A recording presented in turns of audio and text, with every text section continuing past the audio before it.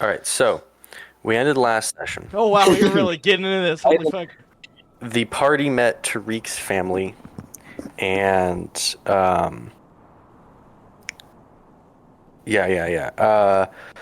the local Kahina, or at least one of them, is this ancient woman named Farah, and told Tariq various vague, ominous sort of warnings or statements or prophecies. She said, "Great leaders do not seek to lead; they are called to it. When that call arrives, they answer it." She said that a sword can be more than just a sword.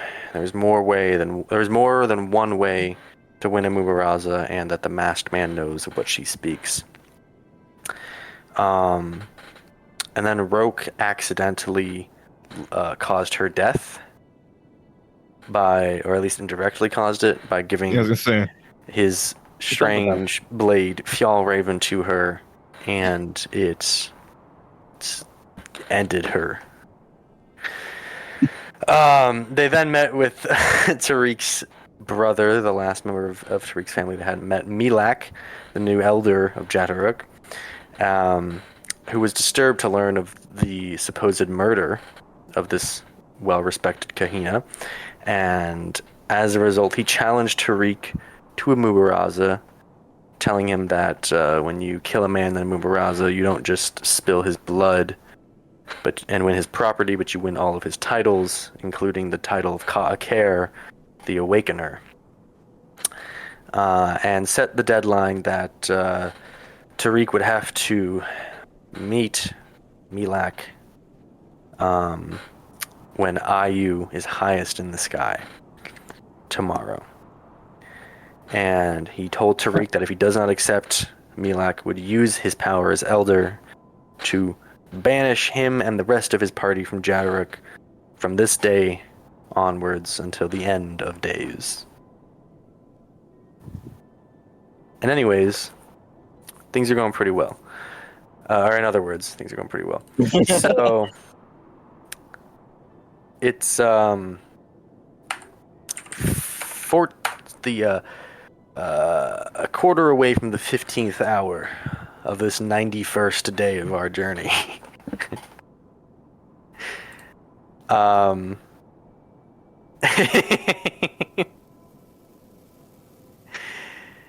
Oh man, I really hope we get to the combat today. That's our goal, guys. Okay. Me too. That's our goal was to get a Jatoruk. Our goal with the deadline set before us. I think it was Ben said that he had to leave by 2. No. That's Ivan. I never have to leave by 2. My bad. Also, Yeah, if Ivan leaves and we're like about to do the combat, we can like do the combat. So, okay, fair. Yeah. Because like Junior won't be in the combat. Guys, by the way, I am very, very welcoming to tips this session, like out of character tips, like please. Okay, I'm gonna get my music going, and I need to pull up all of my documents because I have Okay. lots of them. Sorry, GM. Remind me. Sorry, we're walking out. Like we're walking away from like the Citadel place or whatever where Milak was, and we're walking back towards the house. I don't know where you guys are going. You just left, and basically Tariq's conclusion was he was going to think about it. And yeah, you guys just left Milak's abode, the Elder's Keep, and are currently in the middle of Jatoruk, I'll say. Pierre's gonna look to Tariq and sort of gesture towards him and say, "So, what's the plan? Are we gonna go back home and think?" Yeah, I guess I need to talk to my parents and about this, but I don't know what to do. I don't want to fight him. I feel like I may have no other choice, but this just doesn't feel right. In your culture, is there another way out of this challenge? I mean, especially considering our circumstances, it seems like there's only one. Well, I've been thinking about that, and there are some exceptions, people who cannot be challenged to Mubaraza, such as disabled, but it doesn't matter if I wiggle my way out of this challenge. If we don't get supplies here, we're dead. You're right, Tariq. You're right. I hope you come to the conclusion sooner than later. You'll need time to practice your blade. Just need to say to you all that I know what you saw in there was a drunken fool, but he is a very great warrior. He is a strong man. Whether I try to fight him or not, there's a good chance he will win. And you need to brace for the possibility you may be completing this with him. Nonsense, Tariq. You are one of us. If you are chosen, as if you have been, Madhari will protect your battle. Yeah, I hope you have you're- crisp. Yeah, sorry. Jack, do you have Crispin? I do. Yeah, sorry. We heard like everything you did other than you just heard your typing and other stuff. Yeah, it's really loud. Really? Yes. Yeah, Yeah. it was Yeah. almost louder than that for me. Sometimes it's not really crisp. That's the issue. It's your mic sensitivity. If it's really, really like high, like it can capture all decibel sounds, then it will capture the lowest of the low. All right. Well, yeah. Keep on, and I'll go check those up. Sorry, where was I at? Oh yeah, Madhari's gonna protect your battle. You're gonna be fine. I believe in you. Okay. Can we head back to my house and so I can talk to my family? This is a good plan. Yes. I worry how they will react to this.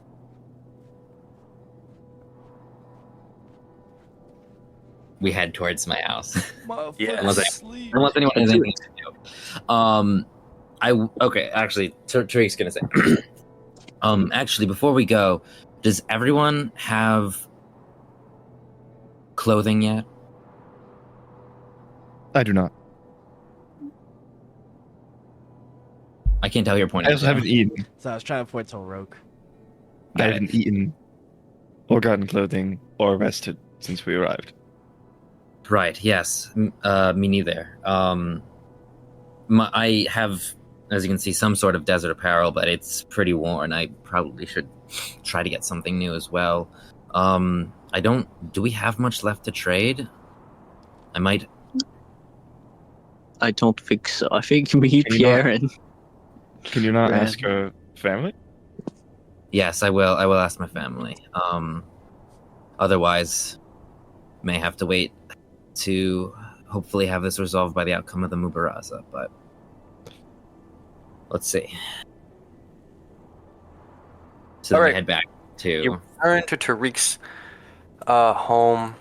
It's about 15-20.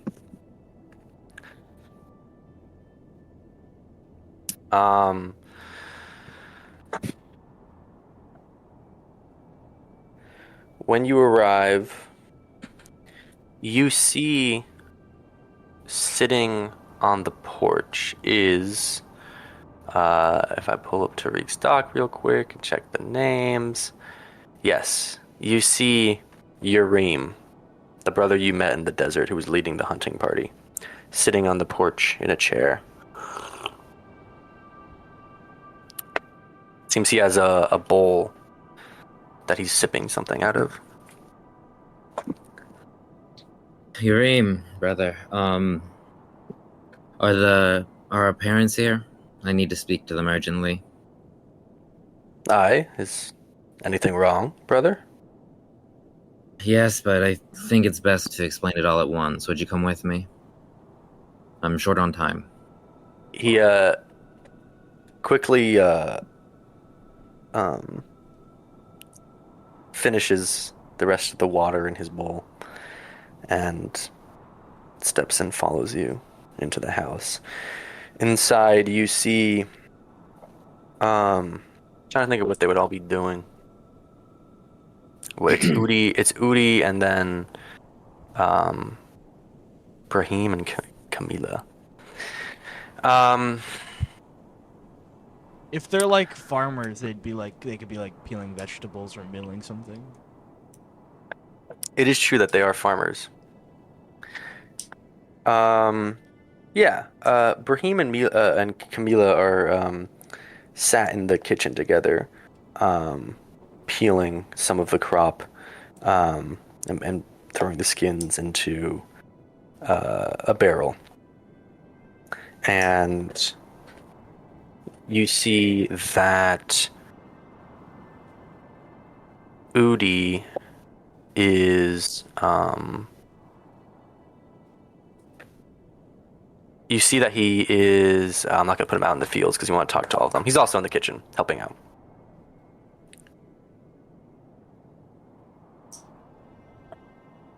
Family, Yep. family, I have urgent news to discuss with you all. As you will soon hear, there has been an accident. While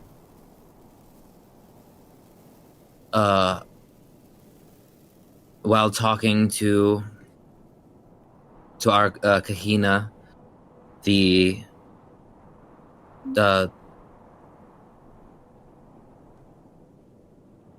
there was some sort of magical mishap that I can't quite explain, and she passed. It is clear via the marks on her body that it was not done by any human. It was no murder. But unfortunately, this did not matter to Milak. And he has challenged me to Mubaraza to try to claim my title as Kaakare. Is that how you say that? Yeah, sure. Kakare. But Kakare. Kakare sounds cooler.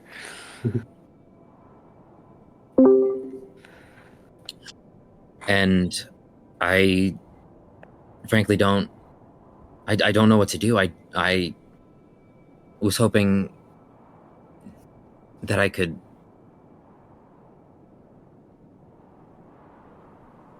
I could Yes. come home without such conflict, but So when you say that he's challenged you to a Mubaraza, Camila and your Reem's eyes widen. But Brahim just looks at you sternly.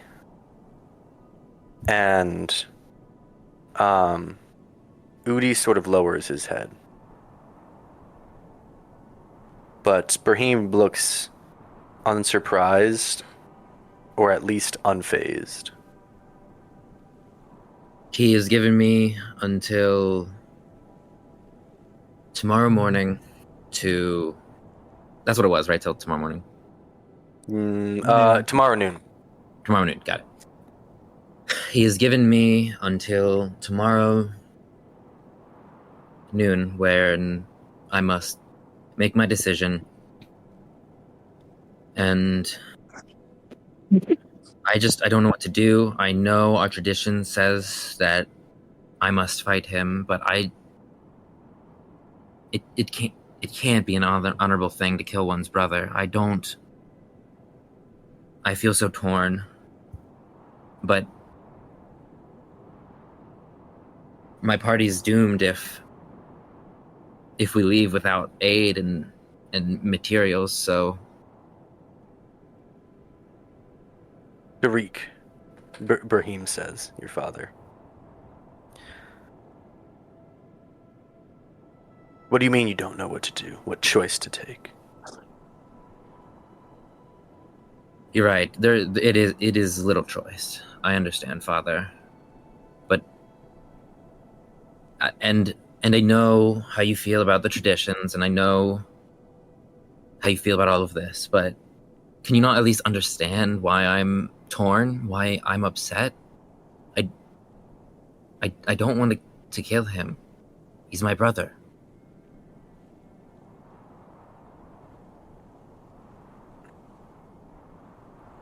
I'm sure he's scoffing at the thought that I can kill him. He does. You see a wave of a complex mixture of emotions washes over his face as he's just processing this in so many different ways. And eventually he collects himself and he says to you,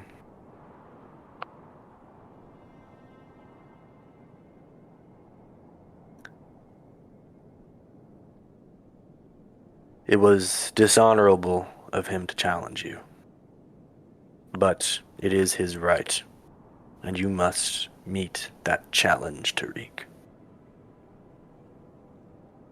And as he says that, Yareem kind of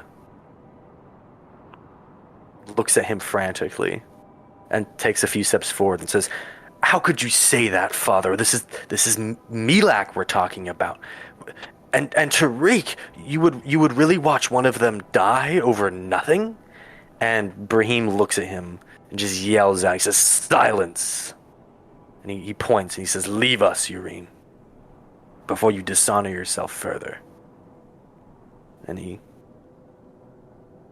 hesitantly lowers his head and turns, and Yareem exits the room.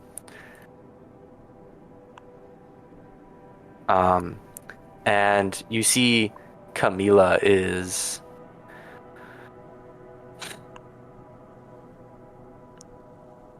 some tears have welled in her eyes already.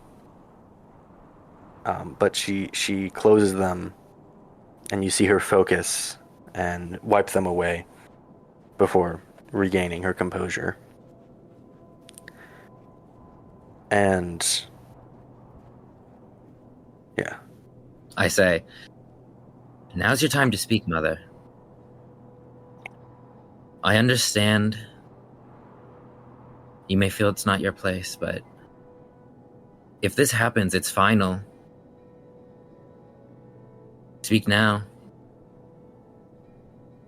She looks at Brahim, who looks back down at her sternly as she sat by the barrel.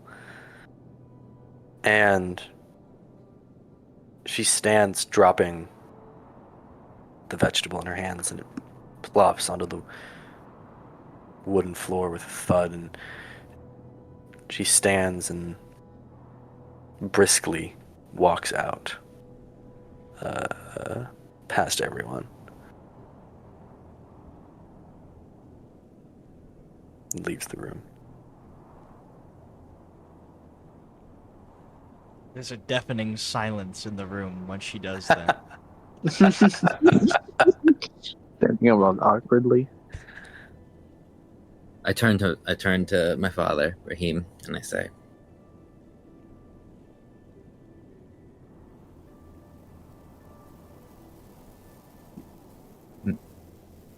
"May I go speak with her?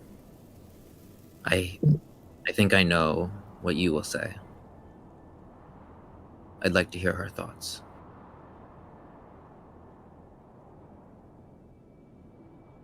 Make it quick. And he half turns away, then stops and looks back, and he says, "No matter what she says, remember it is your duty to accept this challenge. And if you wish to become the man you were meant to be, and to truly hold that title with which you've been given, you will do so."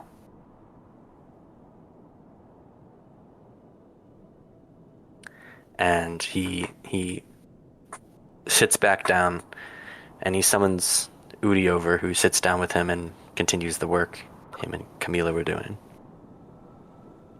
I nod and say, "You're right, there's little other choice." And I turn and I go to talk to my mother. You step into the next room. You see she hasn't gotten any farther than that before she's fallen down onto the floor, scrunched up against the wall, and you see her hand is against her mouth, trying to muffle the sounds of her emotion, and you see light tears streaming down her cheeks, and she looks up at you and sort of hides her face and tries to wipe them away. By the way, can I say that I told the party what was happening and that I was going to go talk to my mother for a second and ask them to wait there so they're not just sitting there in the dark? I keep forgetting they can't speak the language. Yeah. All right. So I tell them that, then I go and I'll sit next to where my mother is. And Why are you here, Tariq?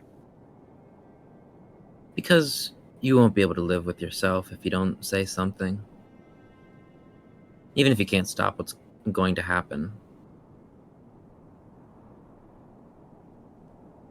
You need to speak your mind. I don't care if it's not your place. You know your father. You know the tribe. You know our ways.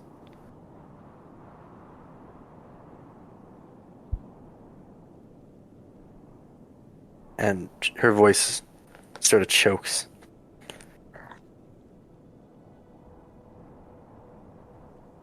I don't know if there's any other way, Tariq.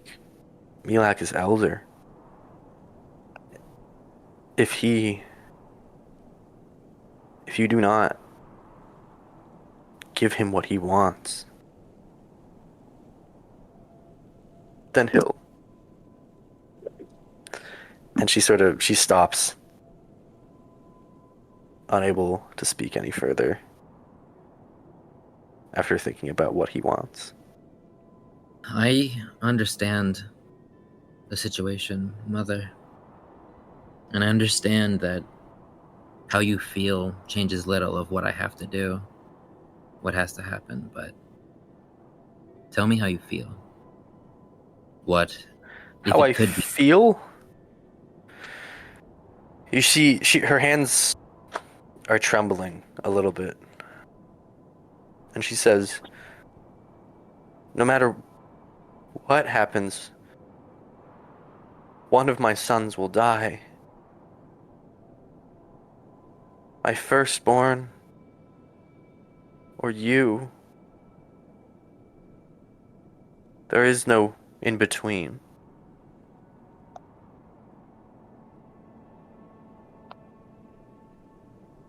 Tariq,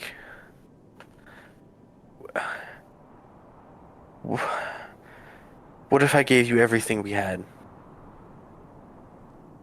All our food, all of our water, everything.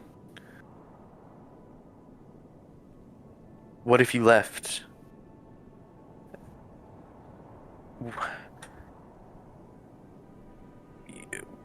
Would it be enough? Drake's gonna think on that. Would it be enough? I think As that you we think, one important thing that is missing is the means for transportation. the camels, yeah. And yeah, that's what I figured. Okay. Mother. We need camels. And I won't stoop to stealing them. They're gifts from our God. I will not steal such sacred animals.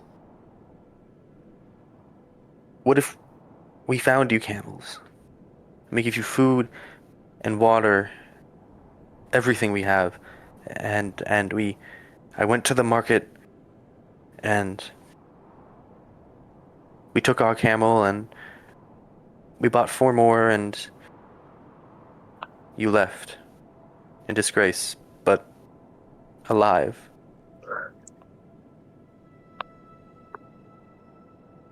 Well, Mother, you tell me, what do you think Milak will do? Do you think he'll sit here after being disrespected in such a way? Do you think he won't come after? The people I travel with are not accustomed to the desert. We will not outrun them. We will not outpace them.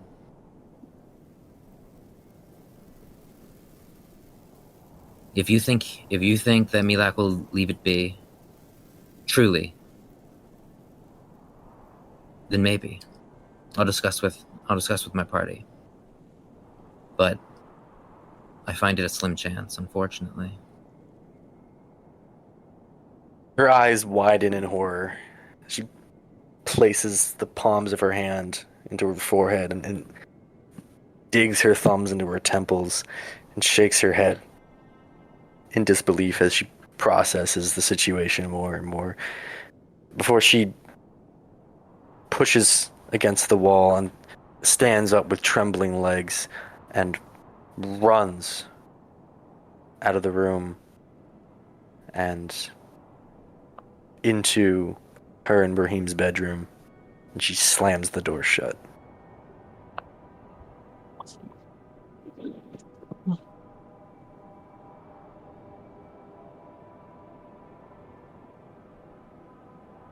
I'll go over to the door. I won't open it, but I'll sit down and lean on it and just say,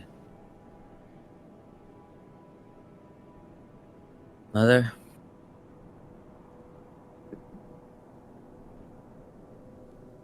There's no response. no matter how this goes, I love you. And then I'll get up and leave her be. And head back to the room with Brahim and the party.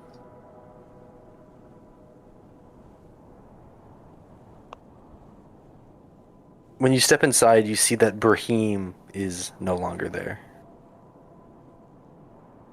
And when you enter the party, one of the members of your party informs you that he left the room with what seems to be some urgency. Is Udi still there? Yes. I'll ask him. Where did he go?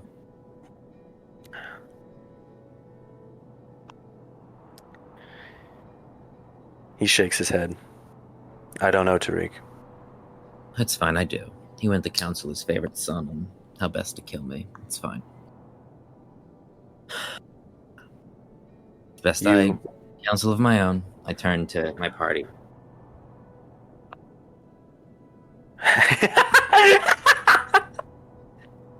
I just the image in my head. Down to my council of my own, turns back and they're all like picking their ears and like smelling armpits. I don't even know what the fuck it said. Yeah. Standing awkwardly. Roke's trying to talk to his sword. Fair's just fucking stone cold staring forward with his mask on. Hasn't moved in like an hour. I think he's dead. Okay. I only heard about 3 words you said.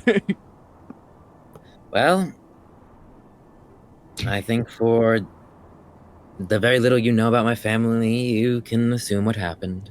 My mother's upset. My father wishes us to go on like this, completely unfazed.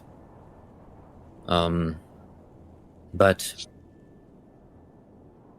I wanted to ask what you all think. My mother proposed something. I hope and wish that it is an option, but I have little confidence in it. And plus, it would put her in a bad situation. What's the option, Tariq? Well, she wants to give us everything that she has, all the food, water, and supplies, sell the things she can to get camels in town for us to travel with. But, one, I don't know if I could do that to her. Put her at Milak and my father's wrath. But, furthermore, I don't think that Milak would take such an insult lightly. I think he would send people after us, if not come himself. And they would outpace us, as they are much more familiar with the desert. So, So you have to fight. It feels like you've answered your own question, Tariq. If you want the best counsel, we're going to counsel you on what we think is the best. And beyond the option that you gave us, it wouldn't be right for someone with the title of Awakener to turn down this answer. Call to action, if you will. You got this. Absolutely, we believe in you. I understand. Wait, Graham's gonna say something too. Oh, holy shit. God exists. Graham steps forward and he looks at you, Tariq, and he says, "And if that bastard dares cut you, I'll make sure he never breathes again." Damn. He looks at his halberd in his hand. Thank you, Graham. And thank you all. I understand what you're trying to do. You're trying to make this impossible decision easier, because it is not a decision. But please don't tell me and lecture me on what is right. It is not right. This whole situation is not right. No matter what I do, it isn't right. But you're correct.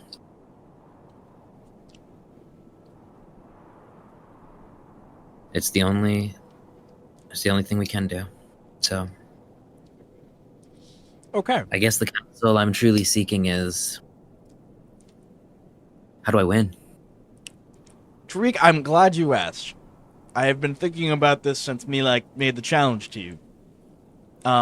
Pierre jovially puts his arm around you and starts walking you towards a different room in the house.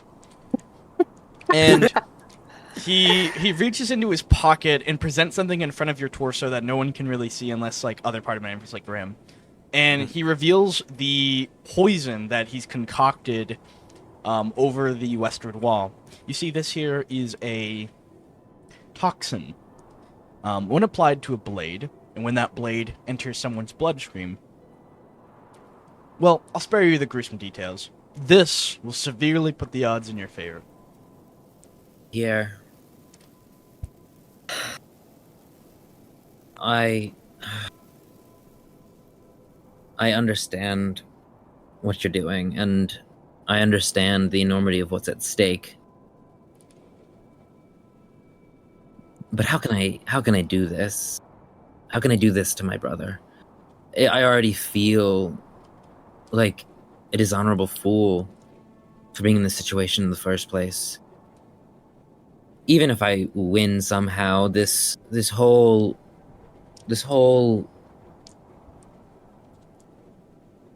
tribe will still not see us correctly. In their eyes, we killed their Kahina with trickery and magic, and now you want to do the same to their elder? In the game of it doesn't feel right. If I learned anything from my time in Penrite, my time in the East, my time in the military, doing what's honorable, and I look to Graham when I say this because I know he knows a lot about honor, doing what's honorable, more often than not, makes you a dead man. It was Milak who made the dishonorable choice to put himself in that position. You have no need to hold that standard above you. You are the Awakener. This, he holds the poison, this is Madahari's sting. You should use it.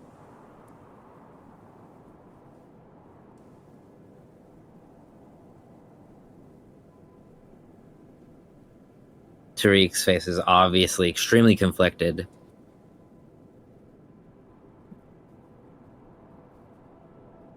I'm sorry. I can't. Madhari has made it, and our gods have made it clear what is honorable and what is acceptable within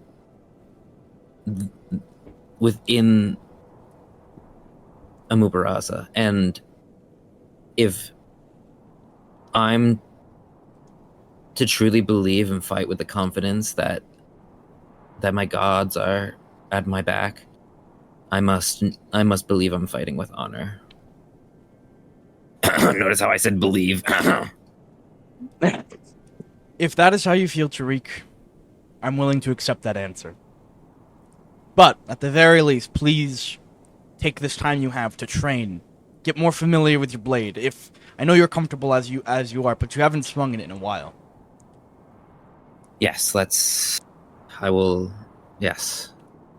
spar or do what I can to warm up. You're Attaboy. right. As you say that, Tariq. Um, Actually, you know what? Go ahead.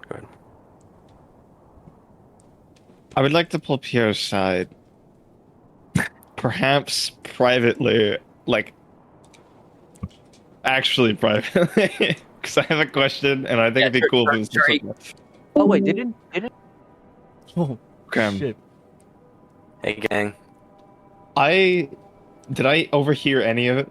You couldn't overhear, like, a lot of it. I mean, I'm not speaking Okay, quietly, considering he doesn't speak English. Yeah. I'm gonna pull Pierre aside once Tariq is contemplating what to do. I'm gonna ask, is there this poison that you found? How strong is it? Very strong. It will kill Milak. Quickly. Quickly?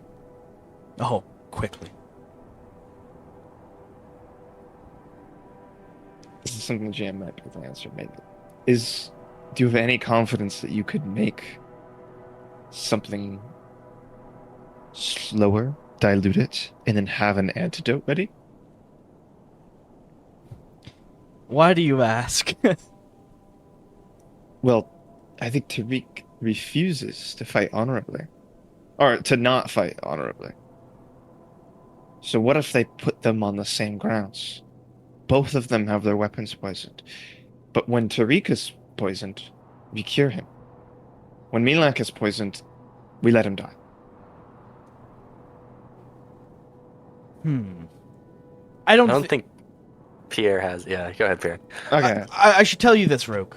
I don't have an antidote, and I'm not in a position to make one. I'm simply Understandable. not able to do that right where we are. But you got almost where exactly I was hoping I could speak to. You are already in the state of mind that I was moments ago. I have a bit of an inquiry for you. Mm-hmm. Tomorrow morning, Tariq will be saying their goodbyes or prayers with their family. They'll be taking time to get ready emotionally and physically before the fight. I'm sure there will be a moment. The blade is in our hands. I will ask you, and he hands you a portion of a vial. I will ask you to put this vial on that blade and ensure that it is ready to slay Milak. You can do this.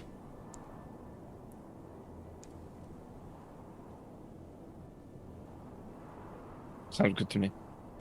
Alrighty. I need to speak to you tonight. There's something you and me need to do. Okay. Meet me outside this building at 8 or 9 p.m. Whenever Tariq gets ready to go to bed. Okay. Okay. See you there.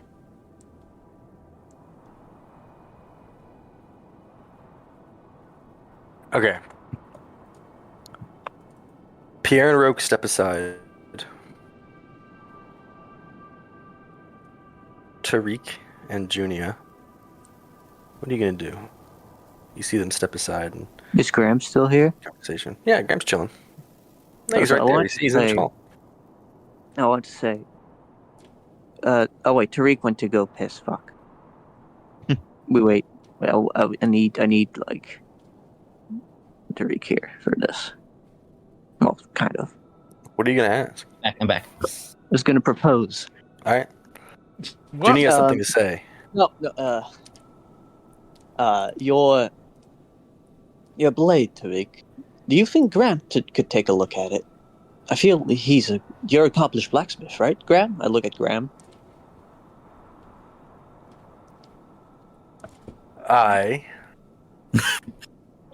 He says cautiously. You think it'd be a good idea for you to have a look at it, just to make sure its quality is optimal, as one would say. I wouldn't want it to break mid-fight. It's a good blade, but if Graham thinks that's smart, then who am I to argue? I do a little wink at Graham. I'm gonna assume I didn't catch that wink. I probably shouldn't be sparring with such a sharp blade anyway. I'll spar with something duller. In fact, I'm going to do that now. Well, maybe I'll try to eat something first, but after that... You unsheathe the blade and hand it to Graham, and he says, "Where's the nearest forge where I can work on this?" And you relay to him that there's only one in town. And it's a sort of a communal operation. And he says, well, I'm going to take a look at it and see what I can do, but I'm a bit starved for lunch, to be honest. It's been a long journey. Do you have any food here? I could rest and take a look at the blade. Yes. Let's eat. I'll turn to. I think Udi's still there, right? Yeah. I'll say, may we please have some of the leftovers from earlier, if there's any? He looks at you and he says, I suppose. You're gonna need all the energy you can get if you're gonna stand a chance, brother. And he says to you grimly and seriously. Sincerely, even. And, he takes out a pot and begins to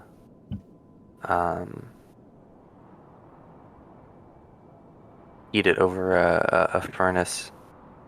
And he begins to cook you guys up some lunch. There's no leftovers, but he'll make you guys some lunch. Unless one of you wants to cook. Which would really only be Tariq. I don't think anyone else really knows what they're doing with the ingredients. Yes, I will help. To speed things along.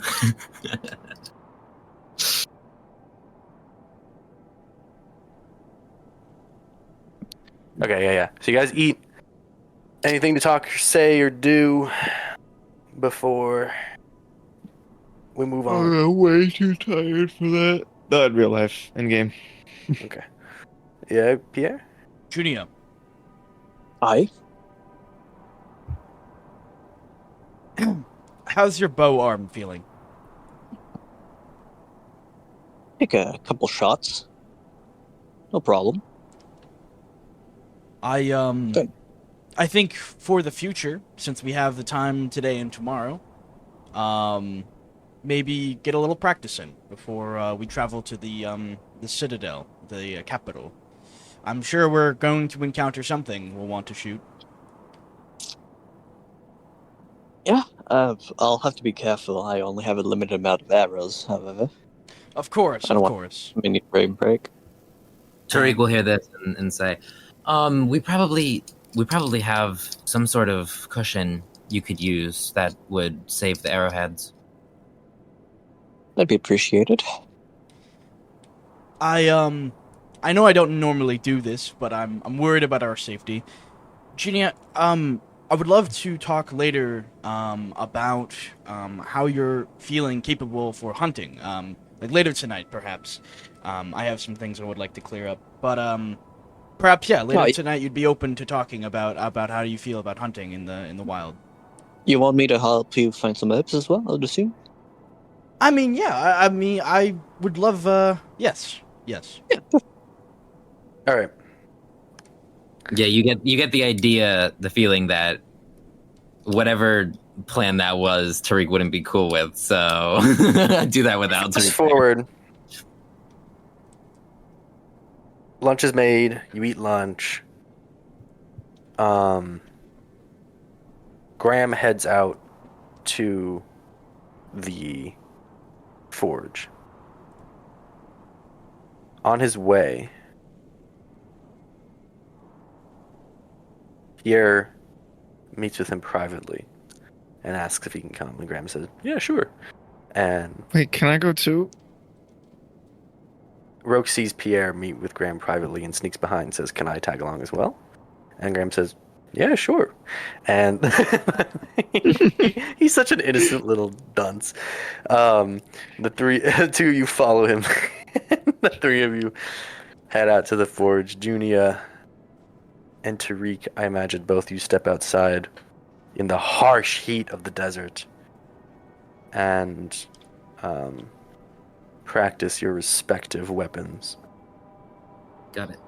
Tariq, while you're in the sort of training ground behind the house,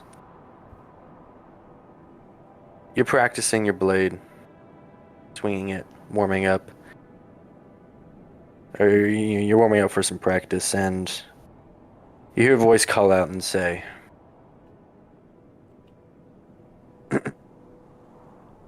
actually, you don't hear a voice. You're practicing, and eventually you turn around as you're taking some swings and warming up your muscles, and you see Brahim standing before you, his arms crossed, watching you.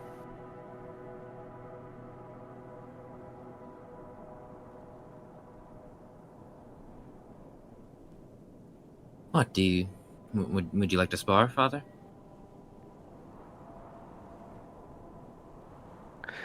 Aye. So he uncrosses his arms and unsheathes a dull blade from his hip. You see, he points behind you and says, he points behind you, gesturing to back up. I do.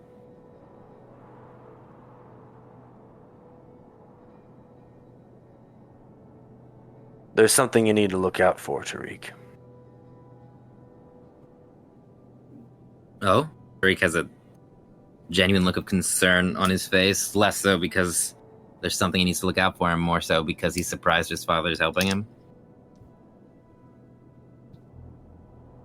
The last elder, Yaru was his name. I'm not sure if you ever met him. He was a good warrior. But as you have heard, he was quickly replaced by Milak. In their duel, Milak used a move I taught him, a particular technique.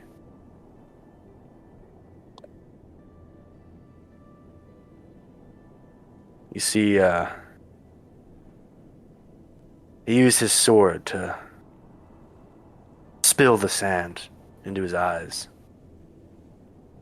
He blinded him. It was the beginning of his downfall. You need to be prepared for that. I think back on what I've been taught growing up. Would be wearing the Ular's glasses, would that be against the rules? It's not armor or anything. Would that be against the rules of a Mubaraza? Yes, it would be. You are allowed to cover nothing but like your groin and your hips. Okay. Like you're allowed to wear like a loincloth basically, but outside of that, then, like outside of game, Gurps mechanic wise, what the fuck? like what would that be? How would I counter that? Like basically, throwing a curveball at me here. Gurps wise, in Gurps there's these things called techniques.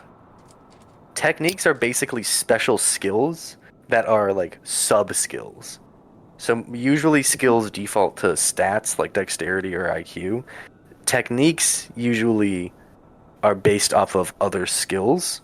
So there's a lot of, for example, martial arts techniques to do like special maneuvers that are like more difficult and have like special effects or abilities. And usually you need to have a different skill as a prerequisite to take a technique. All this to say, it's basically it's a special technique that Milak may or may not definitely have.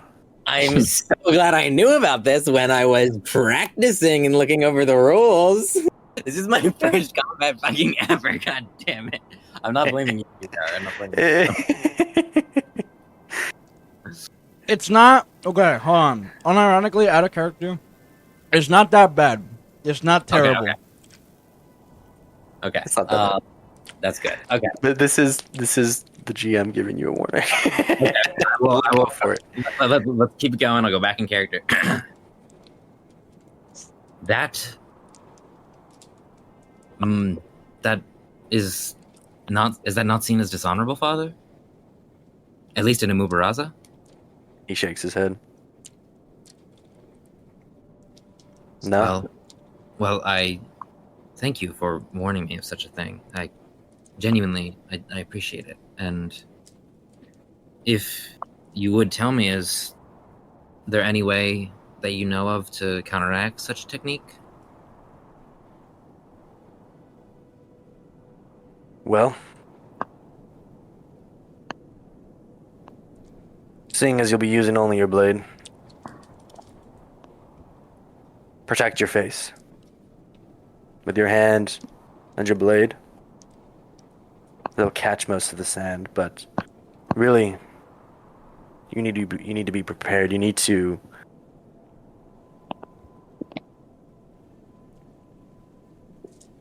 there's certain tells. You see, he walks up closer to you now.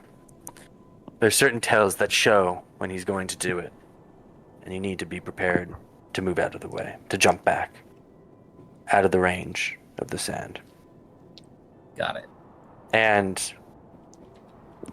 you see he suddenly squats down, building up all of this power and his energy, and jumps forward in one smooth motion, and whirls his arm in a full circle, arcing down, clashing his blade into the sand, and it crashes up and spews into your face and into your eyes. I'm going to use the retreat action. Yeah, yeah. You gonna dodge? Yes. No, All right. retreat. Yeah. Retreat is basically Retreat you pick dodge, your defense. Retreat dodge. Yes. Retreat dodge. Yeah. So roll dodge +2. Got Yeah, it. you can't block this. You can't block or parry it. You can only dodge it, basically. Got it. Is the thing. That makes complete sense. Yeah. Yeah. Plus, like covering your eyes with your hand and sword is basically as bad as getting hit in the hand with in the face with sand.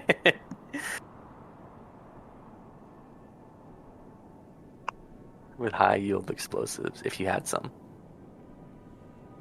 Tariq's one weapon is a stick of dynamite in a match. You're fucked, Milak. His sword has dynamite strapped to it. I rolled a 10. I think that's a success, right? Yes. Yeah, I think so. Yeah. The sand crashes up. You jump back, and it lands. Some of the grains land against your cheek and your forehead and in your hair, but none in your eyes. And you look at him fiercely, and he says, "Good." And then he charges forward and swings at you, and your two dull blades collide and crash together. I parry. All right. Pierre and Roke have followed Graham to the forge. Graham's looking at the sword, and he turns to the two of you, and he says, "I've been looking at this thing. I don't think there's much more I can do to this, but sharpen it and maintain it. It's of the same quality of my forge back at home in Crickcaster." Graham, Aye.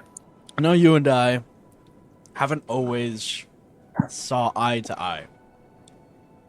And there have been times where, understandably, you have been angry with me, and vice versa. I ask you, this once, to do me a favor. Is it possible to justify a reason why you need to hold this blade and stow it until tomorrow morning before the fight?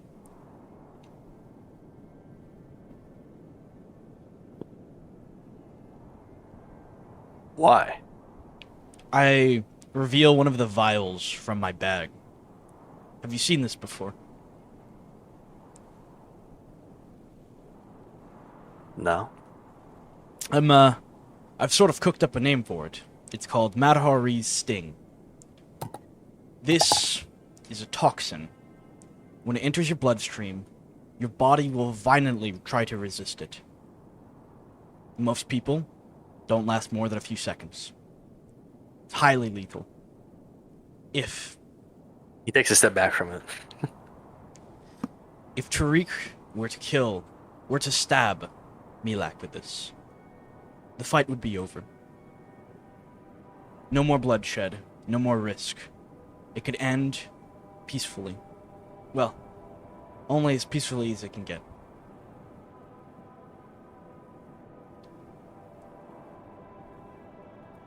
That would be dishonorable. It would be against the rules.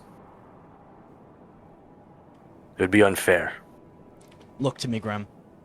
You swore that you would not let Milak put a finger on Tariq, cut them. You said that you would do something if it were to happen. That is dishonorable. It's not how Mubarazas are to be treated. We're not in a position to argue what's honorable and dishonorable. Are you telling me you want to travel with him? And I point in the direction of, Milak's temple place. Mm-hmm. This is Tariq we're talking about. This is our friend. Our brother. Are you willing to give him up?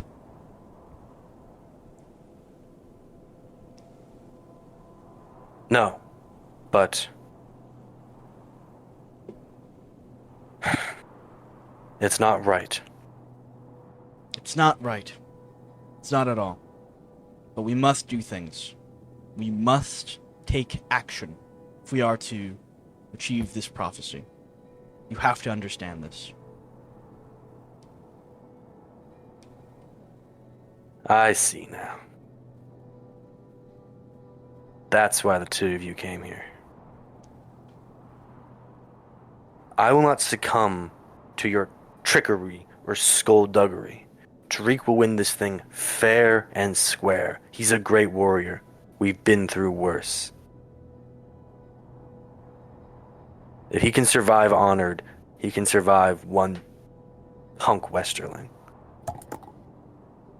This punk Westerling is the greatest warrior in their village.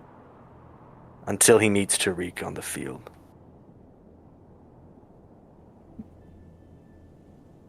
Graham, are you willing to condemn Tariq?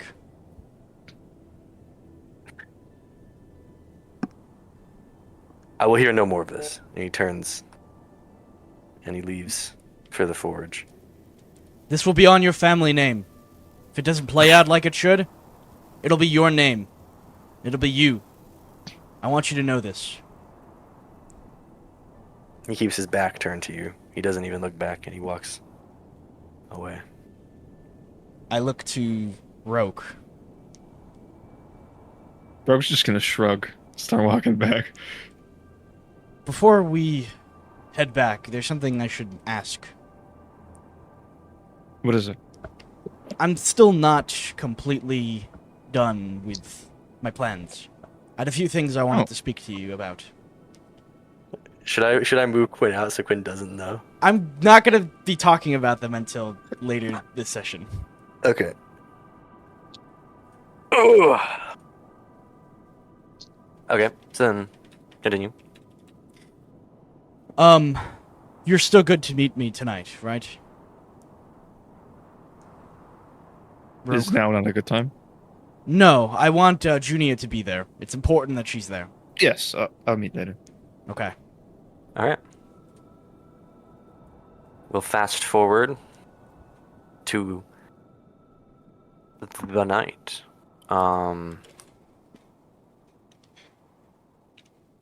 You all had dinner at Tariq's family home. Graham returned with the blade and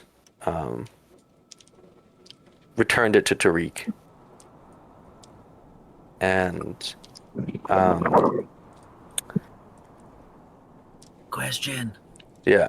This might be like a total stretch. I don't know how this stuff works, but because I just like sparred and trained against and like learned techniques from the guy that taught the guy I'm fighting, does that do Yeah. anything for me or no? Yeah. So Favor.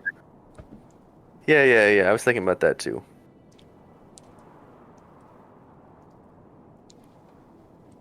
I'll give you two options. You will have to roll for whichever option you choose. One will be harder to get than the other. One option is, this is the easier option. You get a temporary +1 to dodge against those that technique that Milak knows. That one you'll have to roll like IQ +3. And if you succeed that, then you would get the +1 dodge. Or you can focus on trying to learn it yourself and roll IQ -1. And if you succeed that, you will get 1 character point that is immediately spent in that technique.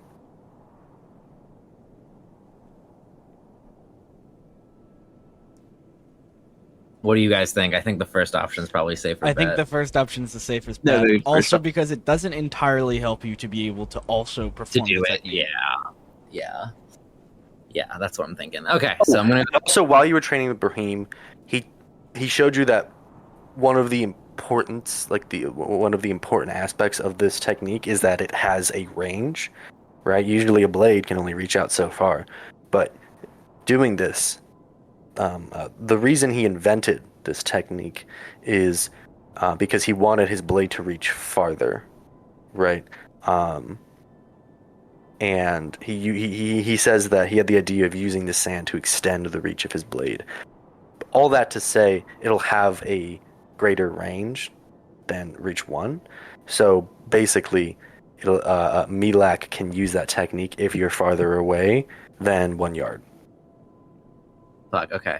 So Brahim tells you the best way to counter that attack, or the best way to prevent him from using that, is to either be very far away or to be close enough that he doesn't want to use it. But then he'll want to be trying to stab you. So yeah. So I just realized this. I thought about it just now, GM, and I'm sorry if this fucks things up. Did we agree that it's a ranged attack? That it's a ranged attack in terms of like using aim or something? No, in like since you're using the yards table to determine the range before you roll for before you roll for your. Yeah. Are we determining that like the attack projectiles itself are ranged? Not really, because it's like a giant mound of sand. Okay. Less than like a projectile. I was gonna say just because they're technically retreats a melee, dive would be arranged, but I'm just getting there just because. No. Yeah, you would Okay. use retreat. Yeah, Okay, yeah. thank God. I don't want to be on the ground. Just a I'm big saying, weapon. Big weapon. No, yeah. Like, I mean, yeah, diving out of the way doesn't help any more than like jumping backwards. Okay. Good. Because it's not like a bullet or an arrow where like if you jumped backwards, it just fucking keeps going. You know, yeah. I still think the IQ +3 is better because the IQ -1 I would need to roll a 9. Yeah. 3 is 13, so I think I'm going for that. Yeah, the 13 you have an 83% chance of success. The 9 you have a 37% chance. It's not good. Yeah, that's the other thing about this game is that, like, I mean, obviously I've seen the bell graph, like the bell chart, whatever it's called. Like, I understand that there is a distribution, but like I'm not like familiar with it like I am with D&D. If you open the pin messages in general, it's a table. There's a table. The first pin message. Nice, good to know. Thank you. I will pull that up right now. Yeah. All right. I opened that. Okay, good. Yeah, I'm gonna make this roll then for the IQ +3. God, I love the GURPS weighted outcomes because in like when you use skills, it makes it so your first few levels of skills are really important and they're kind of cheap. But the And more there's diminishing returns. there's yeah. diminishing returns, you spend far more points and get so little every time you do it. Mhm. Yeah. All right, I'm going for it. 13. Barely get it, right? Yeah. Success is 0. Uh-huh. Oh, Holy I shit. don't know if that's a foreboding, ominous warning or not. All I'll say is that for everyone who doesn't know, I did like a practice with Asher, and I just like I rolled 1 undamaged 3 times in a row, which is like a 1 in like 200, 300 something chance, and then I rolled a 16, and I just like got completely fucked and decapitated in a single hit. Yeah. Me and Asher Good did shit. a roll yesterday to see how well the day would go. Asher rolled a 6 and I rolled a 17 in my first one. Whose role was for who? Mine was for me. Those It was just how, like, well, Yeah, maybe the 17 was for Milak. We enter the night. Junia and Roke and Pierre. Tariq goes to bed early and tries to get to bed. Get some sleep. Trying Um, to roll the FP I can. Camila is still very distraught and does seem to be suffering some. She seems to be pretty depressed, and just kind of seems empty as she's walking around. And she lays out a bedroll for everyone, and Graham sleeps in Milak's bed, and then she lays out bedrolls for everyone else. Pierre and Junia and Roke meet outside of the house under the cover of night. Before Camila goes to bed, can I ask her a question in Westerling? Yeah. I would like to ask her for alcohol.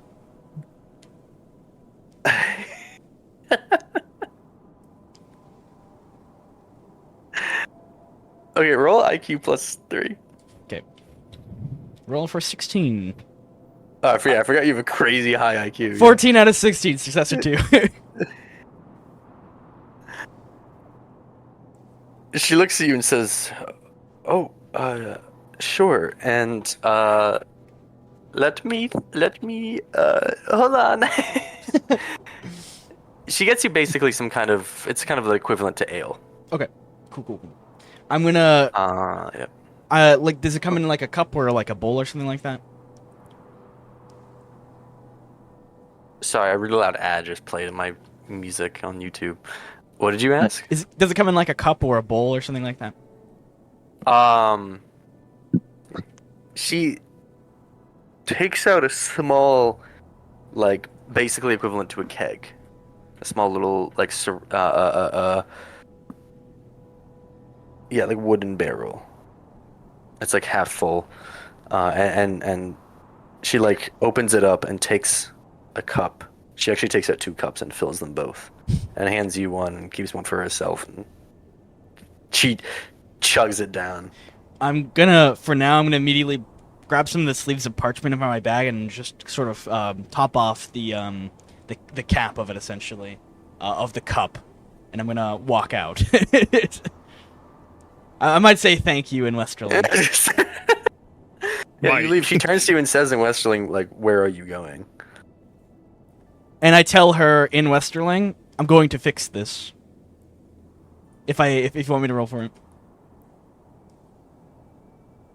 You get the point across and head out. Actively say, I'm going to kill him. So I'm I'm going to gonna kill him. I'm gonna go kill myself. And I'm gonna leave. All right, Pia, you step outside. I think you're doing something I thought about. Are you meeting with Junia and Roke? Okay. Junia and Roke are chilling outside, hanging out with you. Okay. It's Yeah, nice mate. to see you guys. I'm glad you're doing okay. So there's some things we should talk about. Junia, I don't know if you caught what I was trying to convey to you, but I am actually not here to ask you about hunting. Oh no, yes, no, absolutely. I also try to. How did it go with Graham? Poorly. Damn I it. was going to get him to What is the GM?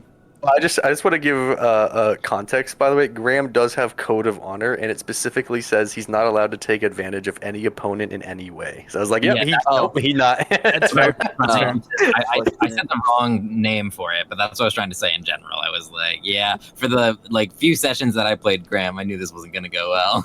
Okay. I tried to give him this, and I'll show the poison. And long story short, he refused to stow the blade and put this poison on it. So here's the plan. Tomorrow morning, or tonight, sometime, we're gonna soak the blade before the fight. The poison can stay there for quite some time. It's a substance, so unless it's washed, it won't necessarily go away. However, there are a few things I would like to do tonight. Talk to you about, if you will. Junia, I asked you how your bow arm's feeling. I was being genuine. I can probably shoot. I look at the horizon. Is there any cactuses in the area, Jack? Yeah, sure. There, sure. There's like a bush in the distance. I point one to about I need to look what the fuck feet are in meters. Give me a second. Hey, remember, it's meters. the measurements in yards and Gurps. There's never Yards, right? Yards. Where the fuck is the? No. A meter's really no. close to yards. Just say meter. No, but I'm looking at. I need to look at the range table. It's not that important, big dog. Yeah, I mean, I can do pretty well. I need to spend Pretty 5 well. minutes for you to shoot Fine. a I can do fucking pretty bush. well. Junia's sitting there staring at the cactus like, Shoot that. getting her tape measure. Matthew, I think I can shoot that. Roll bow -2 to hit it, Junia. That's the one. Right. Roll an 18. I shoot at. Oh wait, that's a 3d8. Give me a second. Wrong roll. 3d6. 9. Not yeah, I don't succeed. I don't know by how much, but a lot. Junia smiles cockily, rips an arrow out of her quiver, turns without aiming at all, looks at Bush, lets out. The arrow soars through the sky and crashes into the bush right in the center of it. Put my hand on her shoulder. I pat her and I go, okay. Plan is simple. You're gonna take this vial, and I can attain another partial vial of the poison. Oh god. You're gonna soak one of your arrows, and you're gonna get ready on a rooftop or somewhere nearby where no one can see you.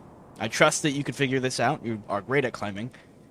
And you're gonna perch yourself, and you're gonna wait. If Milak looks like he's gonna kill Tariq, you take that shot. You don't hesitate. All right. That's all I Just a series of wait maneuvers. Like, I'm gonna wait until it looks like Milak's gonna kill Tariq. Well, I'm gonna aim and then wait. Aim, Yeah. wait, aim. Aim, wait, aim. That's all Aim, wait, I aim, believe aim, that's wait. all I ask from you. Roke, Alright. you are going to be my person who is going to put this poison, I've already given it to you, this poison onto that blade. I trust you. I know you can do this. I won't go into further detail. You've got this. Is there any questions about tomorrow?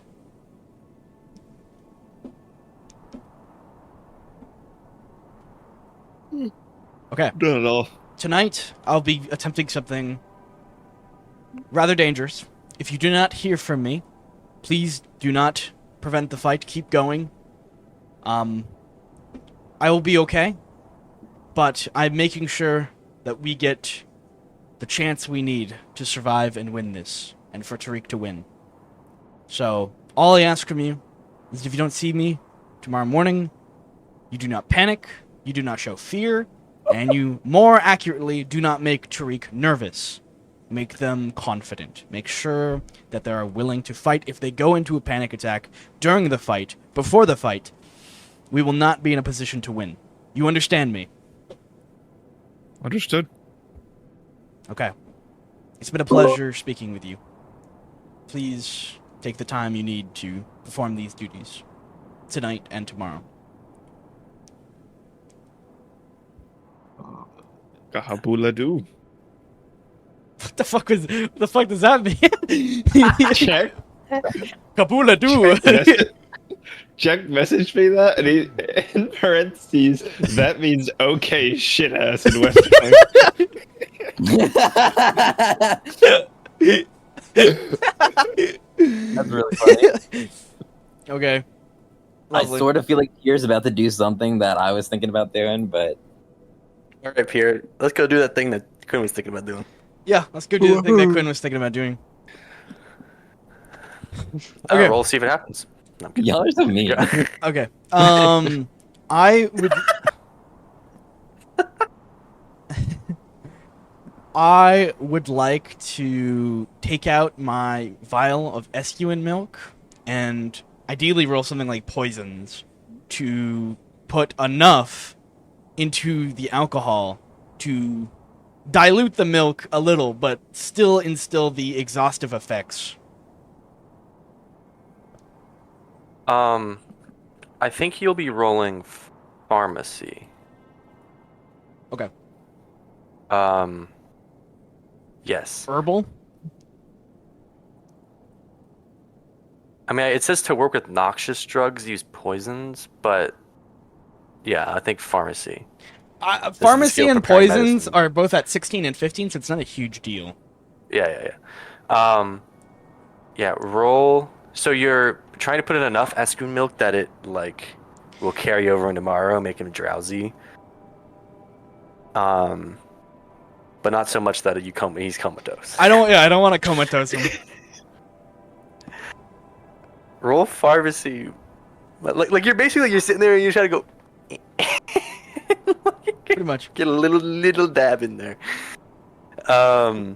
It's like the Roll episode. pharmacy -3. It's like the episode in SpongeBob where he's got the hot sauce. This particular drop of hot sauce is gonna be the hottest.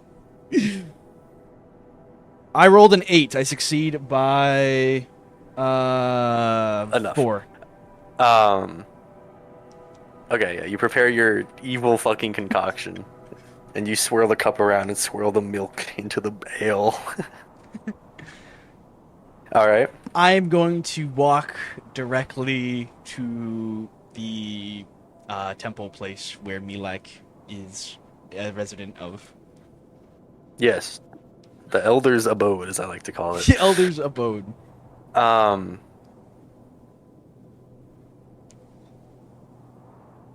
What the freak? What the freak? Okay. You arrive. I imagine you knock on the door. Hold on, can we go private chat? I kind of think it'd be cool if, no matter what happens to me, the players don't know. Okay, yeah. So real. By the way, this is definitely exactly what I was planning. Okay.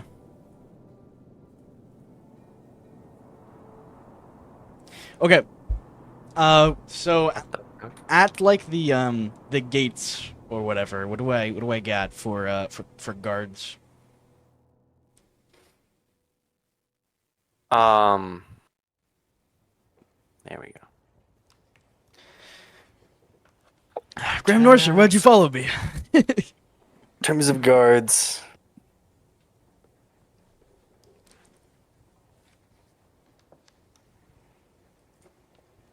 there is no one standing outside. Is the door locked?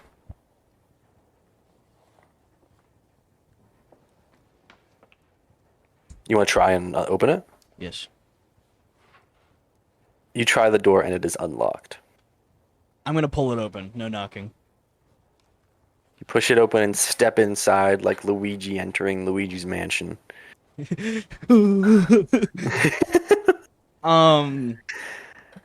Is it dark? Like, are there candles lit and stuff, or no? You step inside and there is a man sat at a table in the entrance. There's 3 candles, and he sat staring at a book, reading through it. I gesture my throat.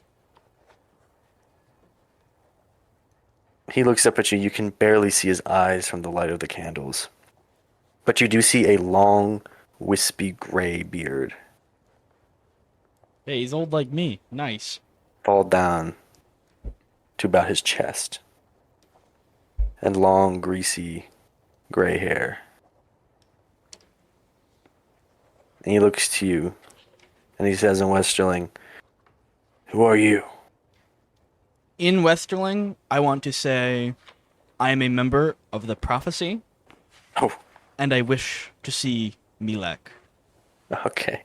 And I'm gonna gesture this bottle of alcohol when I say I wish to see Milak. Roll IQ -1 for the first one, and IQ +1 for the second. Okay, Same. so rolling for a 12 for the first one. I rolled a 10, it's a success of 2, and then I'm rolling a 14 for the next one. I rolled a 10, it's a success of 4.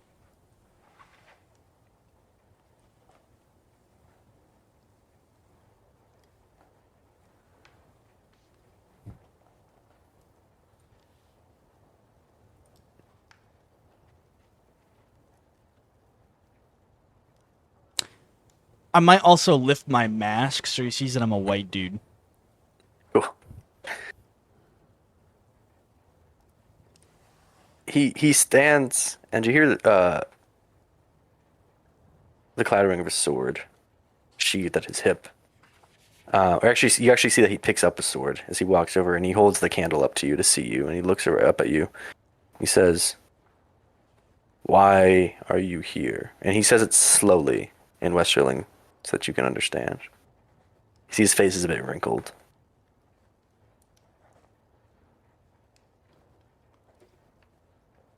I'm going to tell him that earlier in the day we dishonored Milak by not partaking in some of his alcohol. We wish to make amends and share ours.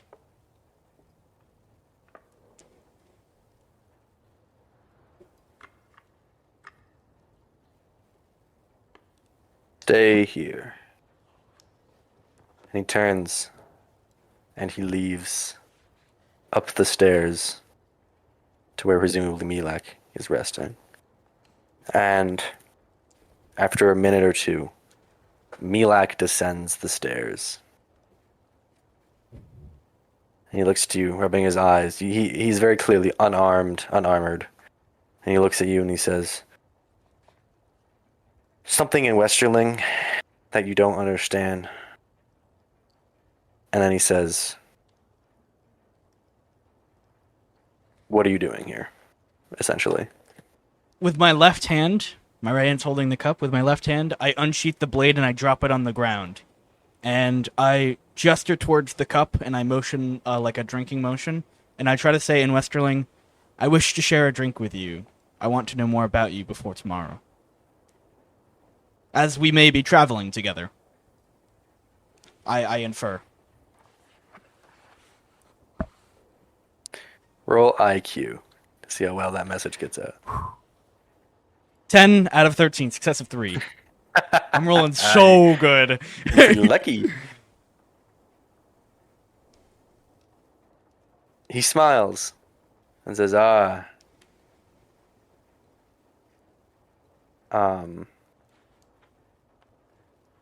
it's so hard to do this because like I have to think about what he's actually saying, and then I have to think about what you like what would be reasonable for you to understand. Just put what you're going to think in Google Translate and then translate it back and forth a few times and then tell me what they hit.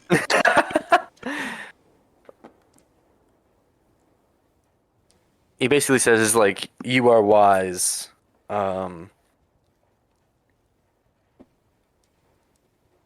And roll IQ to understand what the second part of what he says." Okay. I rolled a 12 out of 13, success of 1. He says along the lines of, "I hope you are not sad when Tariq dies tomorrow," is essentially what he says. But, you know, it's something more poetic about blood or something. But you basically understand that he's talking about Tariq and Tariq's blood and you being sad, yada yada. I shake my head and I say, "I won't be sad if it's what God, if it's what Madhari wants."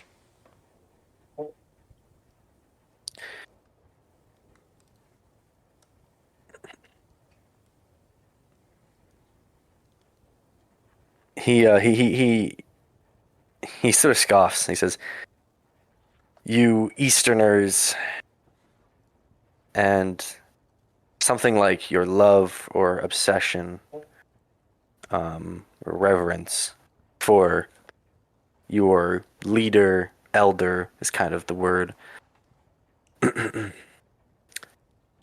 then something so strange." And he gestures to the seat I will sit down. at a table, and he walks over and he sits. As he's walking over, he asks you, "Do you know what he?" Something like you're imagining he was asking about something about appearance. It was in the past tense, so you were a little bit. It was a little harder for you to catch it. I'm imagining he's, do I know what Madhari looks like? Or something along those lines. And I'm going to say, no. I have only recently become devout.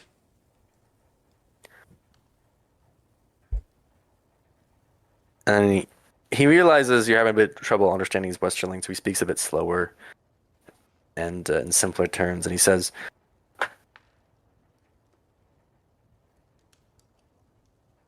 "You find that strange?"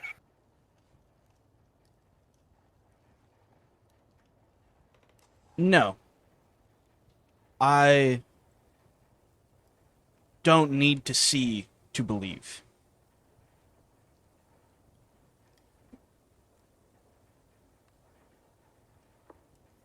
And he says something like, "I'm Kahina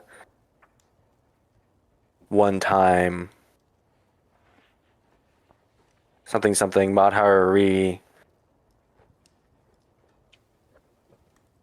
It was strange. Why does nobody know him and his appearance?"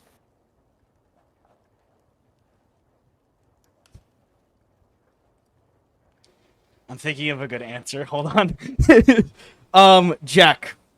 I'm Yeah. going to ask you a pretty wild question. Yeah. I want to roll Stoic Philosophy to come up with a interesting answer that will amuse him in like in a almost not an intimidating way, but like in a grandiose way. Okay.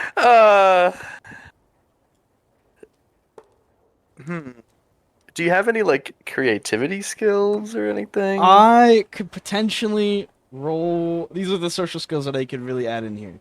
I have diplomacy. I You have fast talk? politics. I do not have fast talk. I have literature, mathematics, and I mean I do have the Madhuri book on me. Okay, you know what? Fuck it. Roll Stoic Philosophy -2. Okay, rolling for a 9 or less. Roll the 13. Yeah, your philosophical skills aren't refined enough to come up with a rhetorically and philosophically interesting retort. Since I don't have anything philosophical to tell him, I merely say, it is weird that no one has seen him physically.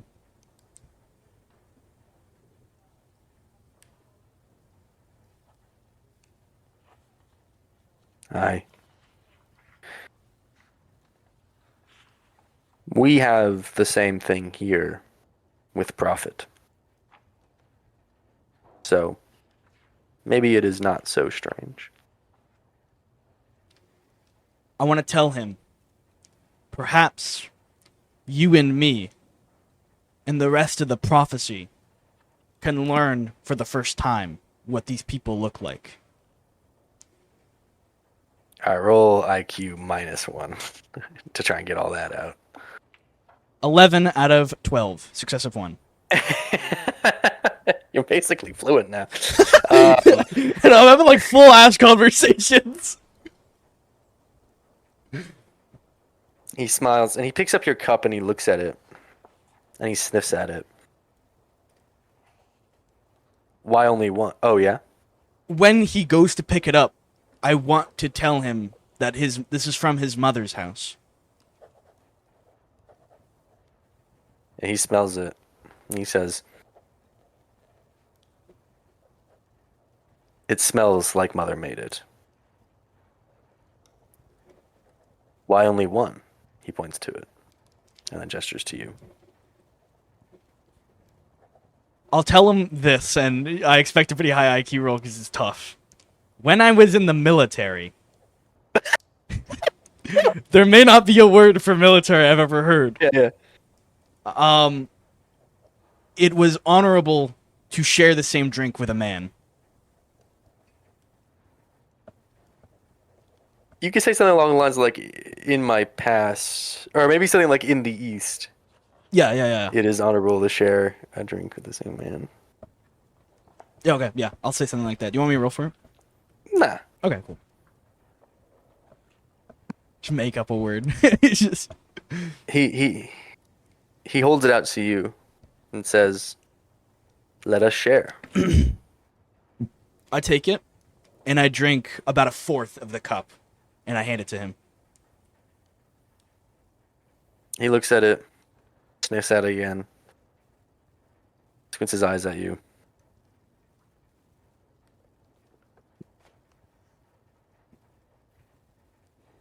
You have the mask off, right? If the mask is on, it's a pretty heavy disadvantage. But the mask is off. I'm gonna right? say the mask is off. Yeah. Yeah, because you said you took it off. And there's no other reaction penalties No. besides maybe the fact that you're so culturally different. Okay.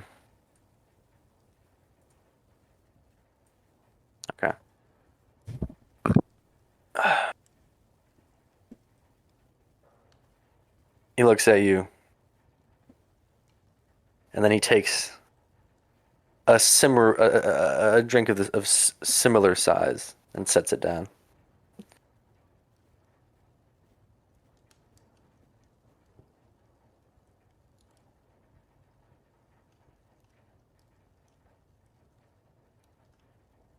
Trying to think of what to ask along the lines of what you guys were just talking about. I don't mind going first if you need a second.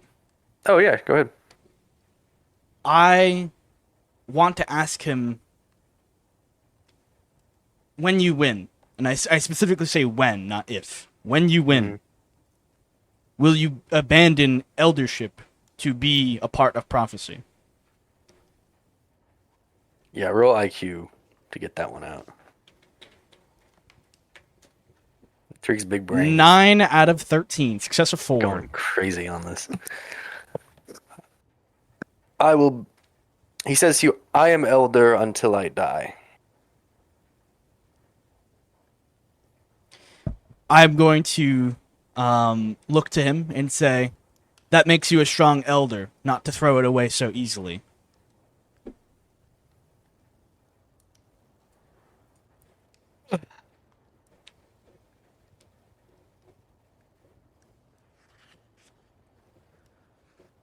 He speaks to you. He says, "Who is your elder back home?" Who's the steward of the East? Hey, that's something you gotta pull up in the notes. I don't even know that. I could fetch it for you real quick if you want. Thank you, because I don't have it on hand. I think I deleted it a long time ago. Blakester the Fifth, a 63-year-old man who has balanced the line between benevolent and tyrannical, taxing his people highly but producing the safest roads in all of Eslandry. He has been particularly harsh on East Penrite, a city that is... Okay, yada yada. I say Blake Esther. He's a strong man with a strong army.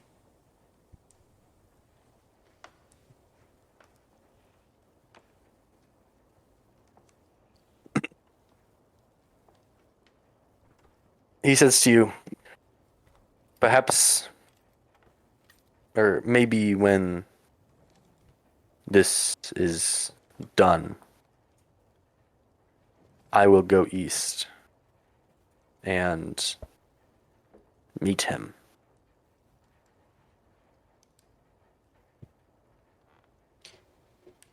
I look to him and say,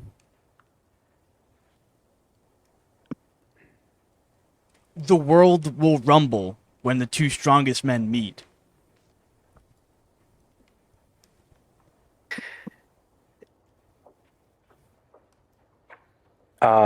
He looks to you and he picks up the drink again and he cheers it up and he says, "Maybe they already have." And he takes another big sip and hands it out to you again. I'll take a slightly smaller sip so there's enough still left for him. He basically drank another. There's like a quarter of it left. Okay, I'll drink like a quarter of the quarter. Half the quarter. Okay, just a little sip. And you set it down. And he gestures out to it and says, "Finish. Finish it."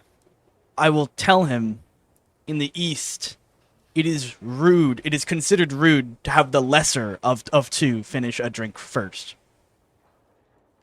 He waves his hand and says, "We are not in the East." And he stands up and he says, I will be back. Something that you can't quite catch." And then he leaves up the stairs. I'll finish the drink. Oh boy. It's fucking. I did not think I was gonna get this far. I'll be real with you. I'm impressed I got this far. Roll HT. Yep. Coming right up. I rolled a 7 out of 10. Success of 3.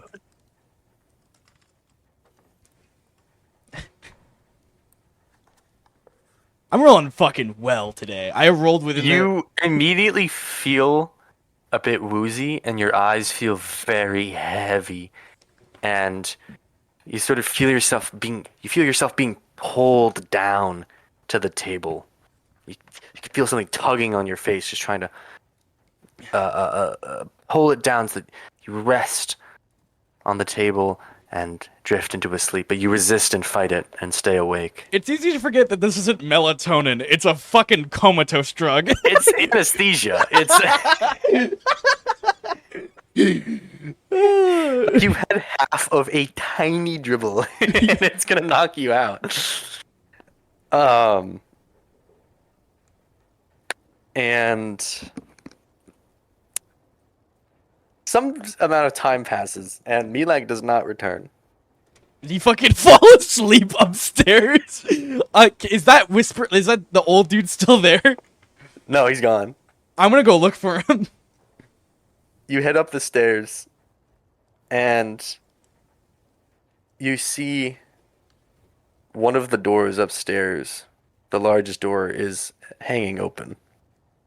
I'm gonna go in. You step inside, and you immediately smell the liquor reeking, and you see a bottle is crashed on the floor, glass shards across the floor, with liquor spilt on the ground, and Milak is lying face down, his legs hanging off the mattress of his bed, but the rest of his body from his hips up sprawled out, his arms sprawled out, and he clearly seems to be unconscious. I will sit next to him on the bed, and oh boy. Hold on, there's a specific excerpt I wanted for this moment. I need to figure out where it was. Just give me a second. He failed HT by 1, by the way.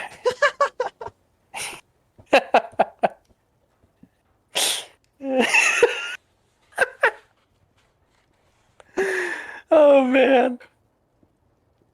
I'm going to recite him an excerpt from the philosophy section of Madhari, and it will include the quote, "There is one simple principle leaders must rule by. Keep your friends close and destroy your enemies." And I'll close the book, and I'll leave I'll get a bottle of alcohol from his shelf. Does he have any bottles left? You only... There's another half-empty bottle. I'm gonna lying on the I'm gonna shelf. take the half empty. Sorry, I'm gonna take the half full bottle, and I'm gonna pour just a little bit more Escuin milk into it and put it on the counter, by his bed. You want me to roll pharmacy?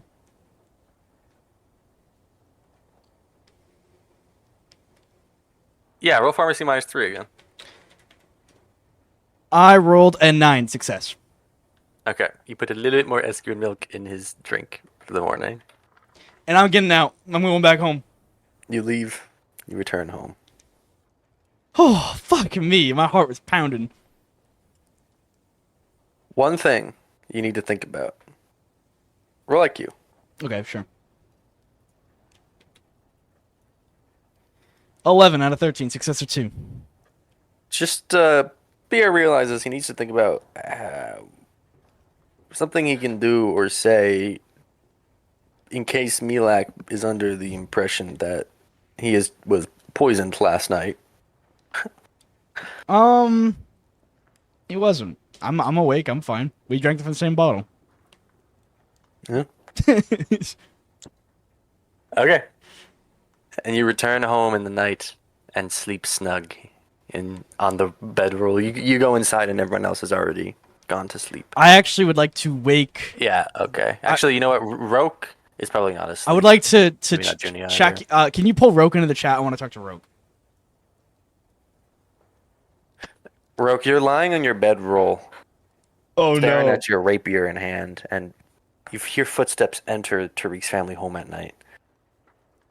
And Pierre enters the room. You see his mask, the silhouette of a masked man standing in the darkness.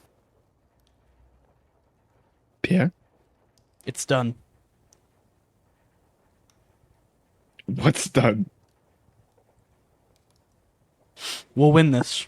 Have you poisoned him yet? The poisoned the blade yet? Not yet. I'm guessing out of character Graham still has it. No, the blade got returned to Tariq. It's with Tariq now. Okay, I wasn't there for that, so I'm gonna lay next to you on my bedroll and say, "I'll cover for you. I'll make an excuse." okay. I gotta start. I'm gonna do that. So what are you doing? Finding the blade and poisoning it. Okay. Yeah, you guys are actually in the same room as Tariq. He's sleeping on his bed. His sword has been laid out on like the bedside table next to his bed. Okay. Still sheathed. I will try to do it quietly. To sneak over to it and pick it up. Roll stealth +2. Okay. +1. Success of 3. Okay, and hold on, because this is a contest. And your good friend Tariq has combat reflexes, which gives, I believe, let me double I think check. it's +4. I remember a giant bonus to waking up in the night. +6 on all IQ rolls to wake up. Okay. Is that a roll you do? Wow. Okay. Yeah, it's a secret roll I'm going to do. I should not be doing it in Quinn's channel.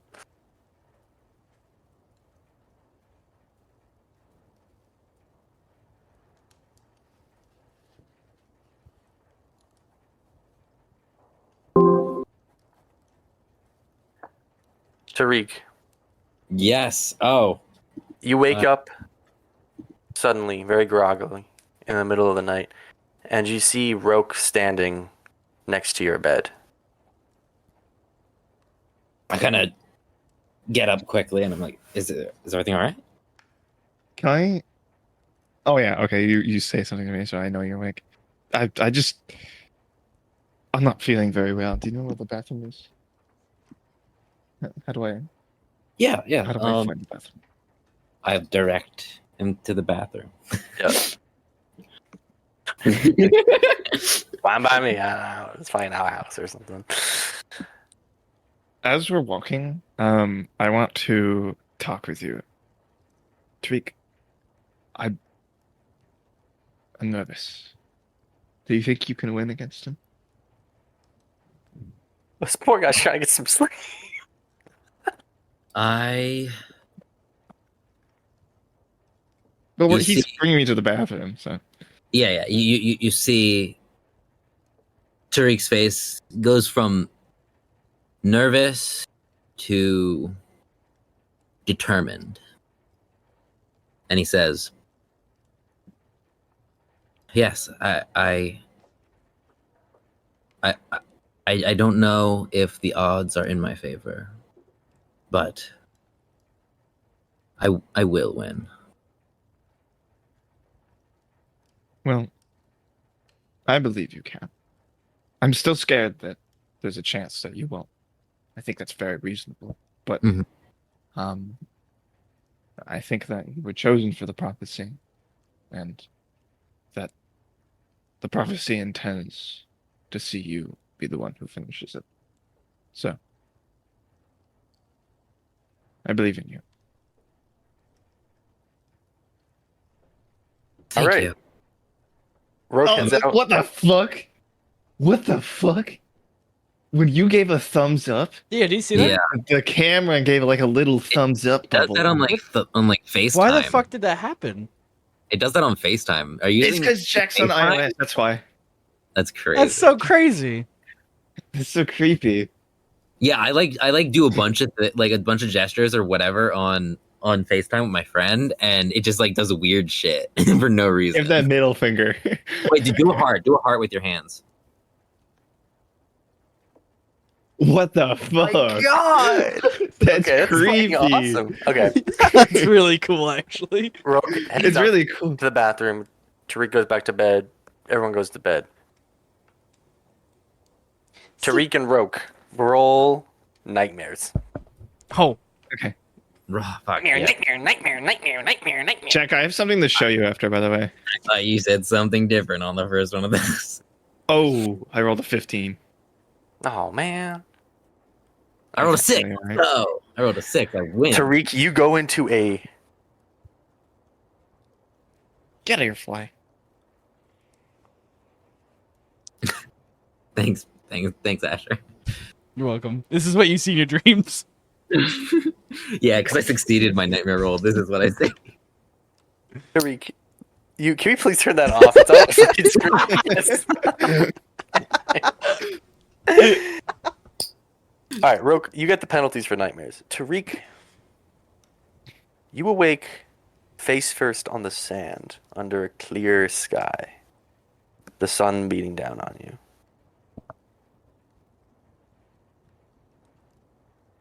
I look you around. stand and look around, and you see a man, his back to you, facing away. He seems to be wearing plated metal armor over his shoulders, and studded leather, and thick boots, and a long... Let me double check, make sure I get the colors right. Hold on a second.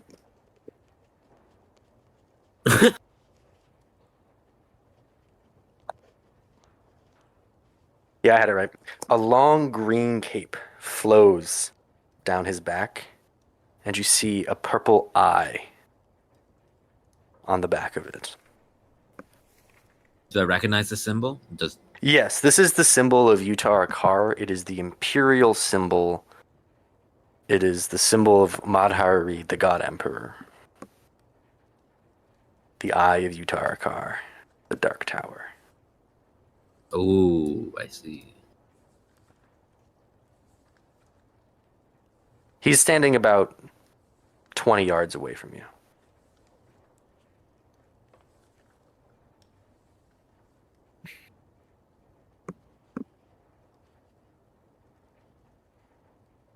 I slowly approach him, and I call All right. out, What do you say?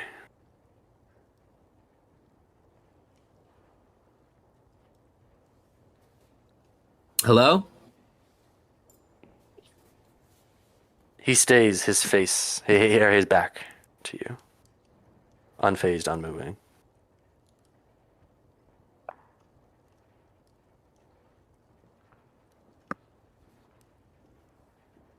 call out again, and I'll do both languages, Westerling and Common. I'll just be like, You keep calling out, getting closer and closer. And as you're about 2 yards away from him, calling out to him, "Hello, who are you? Hello." The man turns, and you see a young man with short black hair hold out a blade in his hands.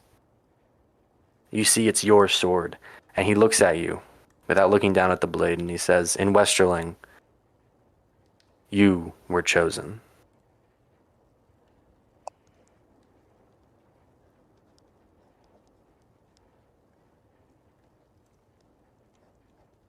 I look at him with a renewed sense of determination and confidence as I pick up the blade. And I say, yes, I was. And you awake, calm, collected, and well rested, fresh in the morning of the 92nd day of our journey. This is so hype. Hell yeah. He's calm and ready. He's got a nervous mom spaghetti.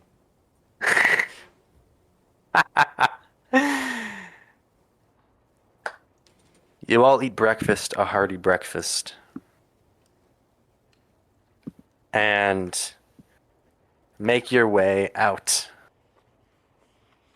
Does anyone want to say or do anything on this morning? Before we proceed. While we are eating, I want to look at Tariq. Are you ready? Tariq looks at you with much more calmness and confidence than before and firmly responds, I am ready. You'll win. You'll make us proud, as you always have. Thank you. Thank you all. I couldn't have asked for better companions on this journey.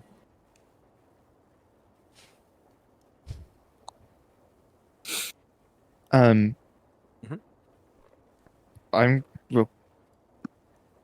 what should I do about my clothing? Should we wait until after the battle, or do you have any spare I could have?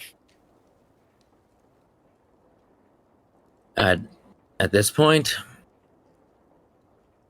I think we wait until after the battle.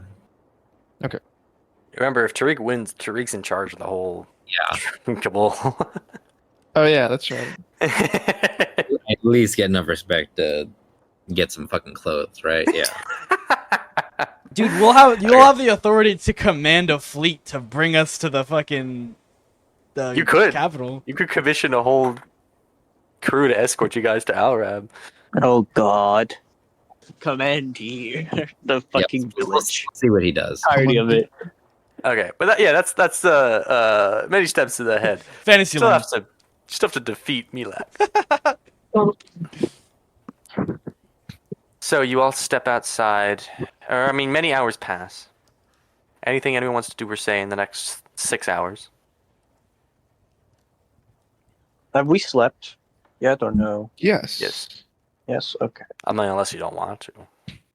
How well did we sleep? I would need to roll for health. Like, just, if anyone's missing HP, roll HT -1. Do I do that for my burning? Because that wouldn't really heal overnight. No, if you're missing HP, you just roll HT -1. -1. Damn it. Fuck. Failure of 1 if I'm doing -1. Yeah, you both had a rough night. Especially because you had nightmares Had that nightmares. night, Roke. Nightmare, Okay. nightmare, nightmare. At Samurai. around 11:30, just before Ayu is highest in the sky, watching down before all his people, you all set out. The 5 members of the prophecy, led Wait. by Brahim and the members of Tariq's family. Yeah, is there something you want to do, say? Yeah, no, just my what? So, what's my FP? So I need to roll HT for that, right? Or not FP? No, you're. Oh, are you not at max HP? HP?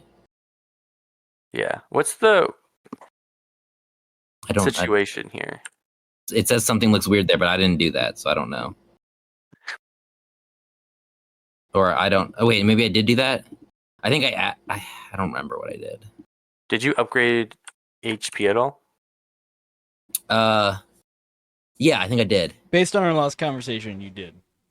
I can also Yeah. look at the version history. I believe you had spent 4 points, and when it brought your HP up by 2. Yeah. That's Thanks for reminding me.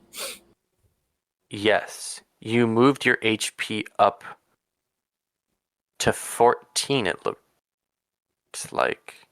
But Holy you shit. changed your current HP to 16. That meant to be I think the amount of points that I spent in it. It's in the wrong type of brackets. I think. Yeah. So this should be 14, and then Oh, okay. in total. Okay. So that's 4 points, I think. Oh, that's what I fucked up. That's Yeah, what yeah. I fucked up. There you go. Okay, yeah. Got some meat on your bones, big dog. Okay. That was the goal.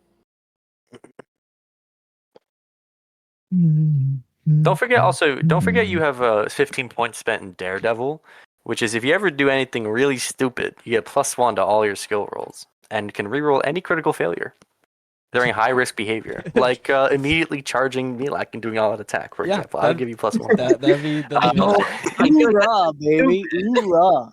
Ending this right now. All out attack, determined charge, heroic charge, and just fucking. Dude, That would be. Milak's gonna be like so drunk, he's just gonna fall over. I'm excited Alright. to see what Milak's up to. I'm gonna go pee. Oh Okay. shit! You guys can watch, of course. By the way, is Yep. Pierre with us? Pierre's with us, right? Yeah. Okay. So the 5 members of the prophecy are led by Brahim and Tariq's family into Jatoruk, and out on the outskirts of town, there's a flat portion of desert where a crowd has formed. There's over 100 people standing out here in the heat, and you see, sat in the middle of the circle, meditating, is Milak.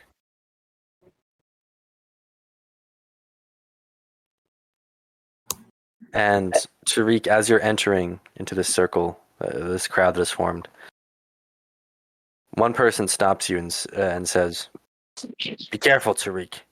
He throws the sand up, into the face and the eyes. Don't let him blind you. He plays dirty." I look at them with confidence on my face and say, "I'm prepared." And you're walking away and turn and continue entering into the circle, making your way through the crowd, and somebody calls out, and you hear the voice of a woman call out, sort of mockingly, and say, "Don't fall. That's what the last one did."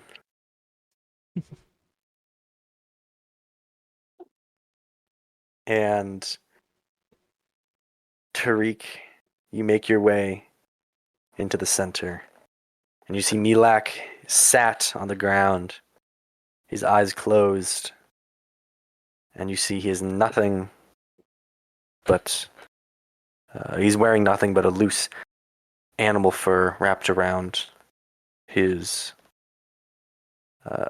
waist, and you see his blade is laid out at his feet before him. And he opens his eyes and looks at you, and he smiles. And he takes the blade and stands and looks to you and says, "Brother, I'm proud of you for joining me here tonight. Or today."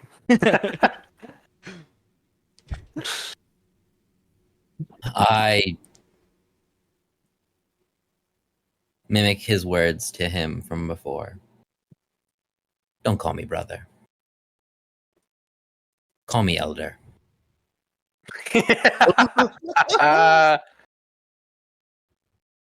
And I say it loud enough for everyone to hear.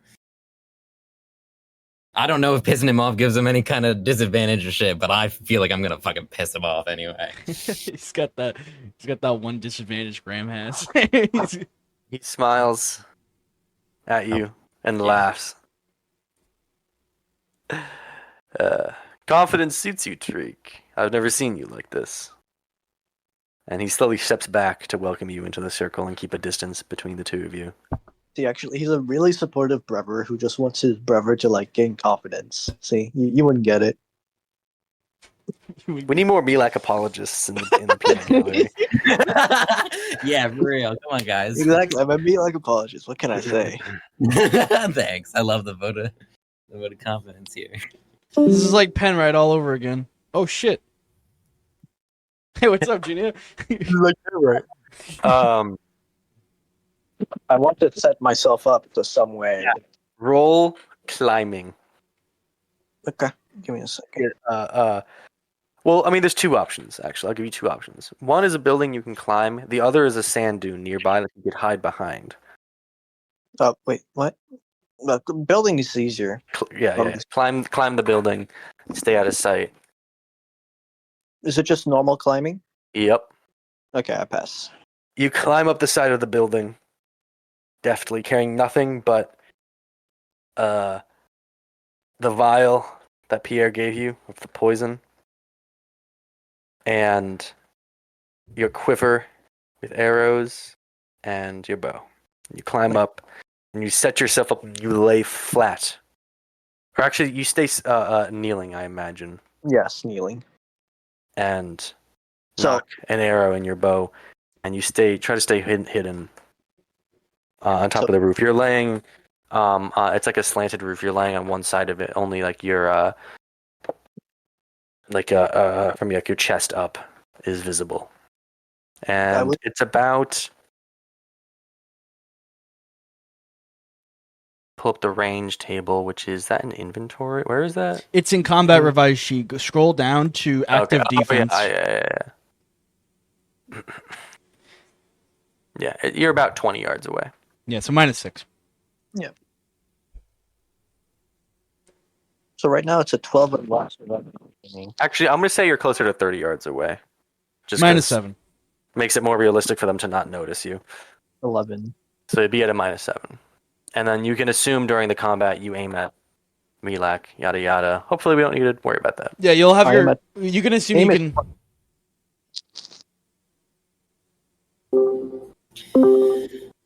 Hi.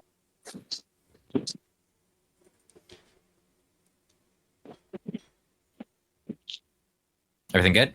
Milak stands before you, holds his arms out, and says, "As the elder of Jatoruk, father of the Cabal, under the eye of Ayu, I hereby sanction." Wait, say sanction the right word? Declare. Not that big. Endorse this challenge of Milak Pakol to Tariq Pakol, and hereby declare this Mubaraza to have officially begun. And he immediately squats down and sort of shakes his limbs and his body to warm his muscles up, and his eyes widen, and his teeth flare as Tariq and his eldest brother Milak enter into combat. If everybody would be so kind as to go to General and go to pinned messages and scroll down for about 4 years until you see a link that says Miro.com. Okay. Let me just pull Milak's character sheet up here.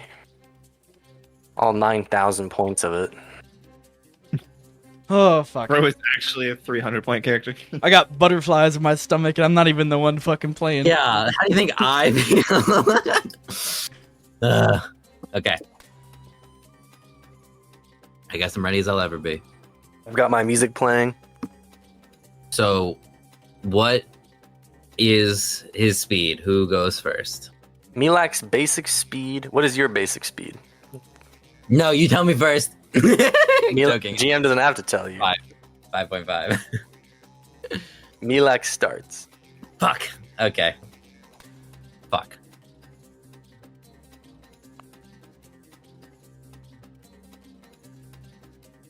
Milak is going to take a. Oh, I gotta pull up the revised or the combat sheet as well. Okay. Beautiful.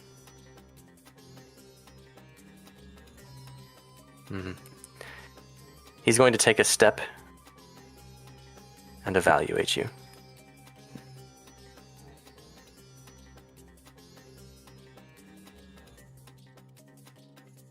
Okay, I evaluate. Wait. Can you guys move 8 yards in a turn? No, you're right.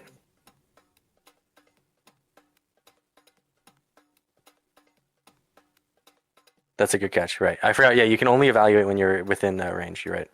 So, go off to a good start. Milak will instead move closer to you.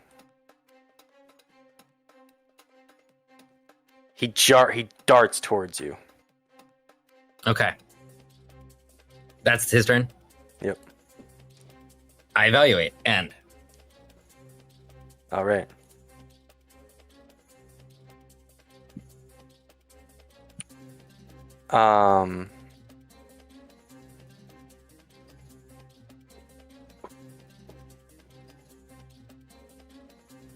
He is going.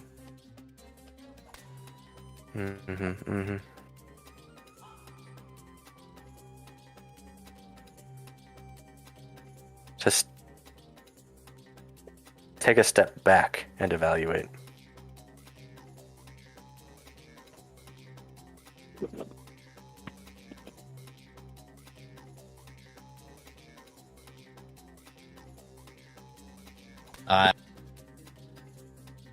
Is like, can I like talk while I'm evaluating and things like that? Can I fucking talk? Yeah. Yeah, I will evaluate again, standing. I guess I'll take a step forward and evaluate, That's probably a good idea. Yeah. and I will say, "Scared of your little brother?" That's all.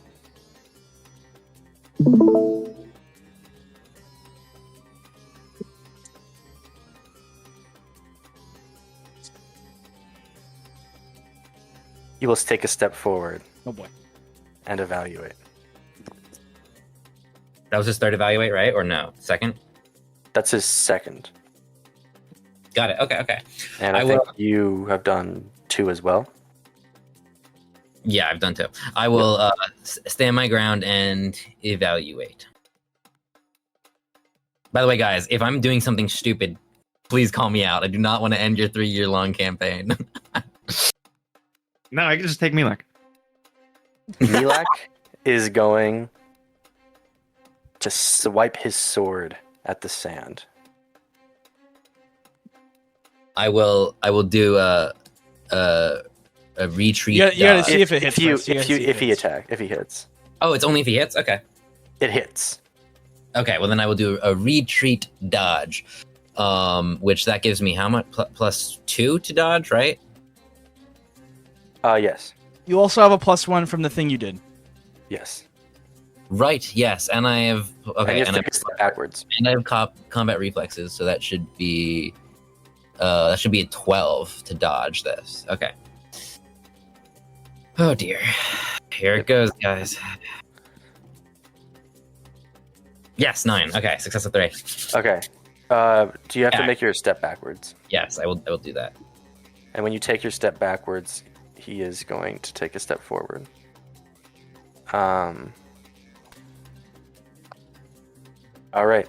He swats at the sand, and it flies up towards your face, and instinctively you jump back as your father trained you, keeping your eyes on him. He stands there, a little bit surprised, but refocuses. Okay. Now, even just to close a tiny bit of distance, I have to do a move and attack, right? This distance you would have to. Yes. Oh. You're currently 3 yards away from him. No, sorry. No. Yeah. Jack's right. Sorry, my bad. Okay.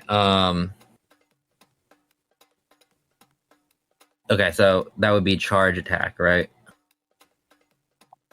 Or no, that would just be. Yes. No, actually, I changed my mind. I'm going to wait. I'm going to wait and hold my attack until he attacks me.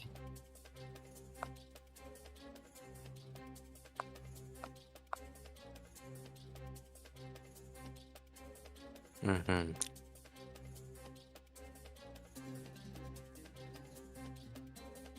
He's going to step forward and evaluate.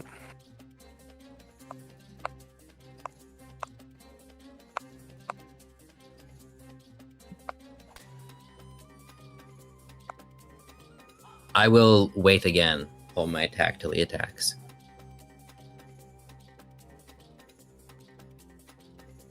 I was expecting him to be a lot more aggressive than this.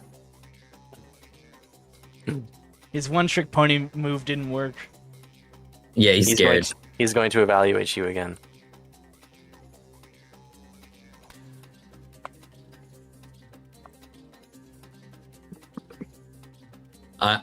I'm going to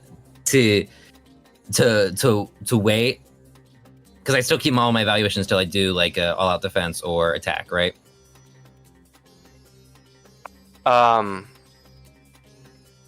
Yeah, if you keep waiting, yes, you keep your evaluations unless he's out of range. Got it. I will. Or you I do will. something.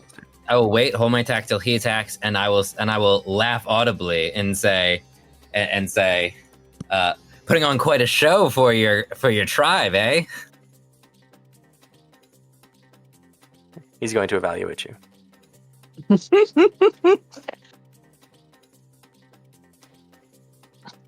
He does not respond.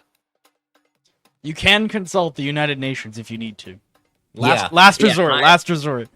Yes. Last resort. Yeah. You can only phone a friend once. You can step and attack him. All right. Yeah. I will. One sec. Sorry. Do I lose my Sorry. Do I lose my evaluation if I faint? You use it. You use it. You use it. Got it. Okay. Fuck it, I'm just gonna step and attack. Okay. You step forward. Where are you going to hit? Let me think. I think I'm just gonna go for.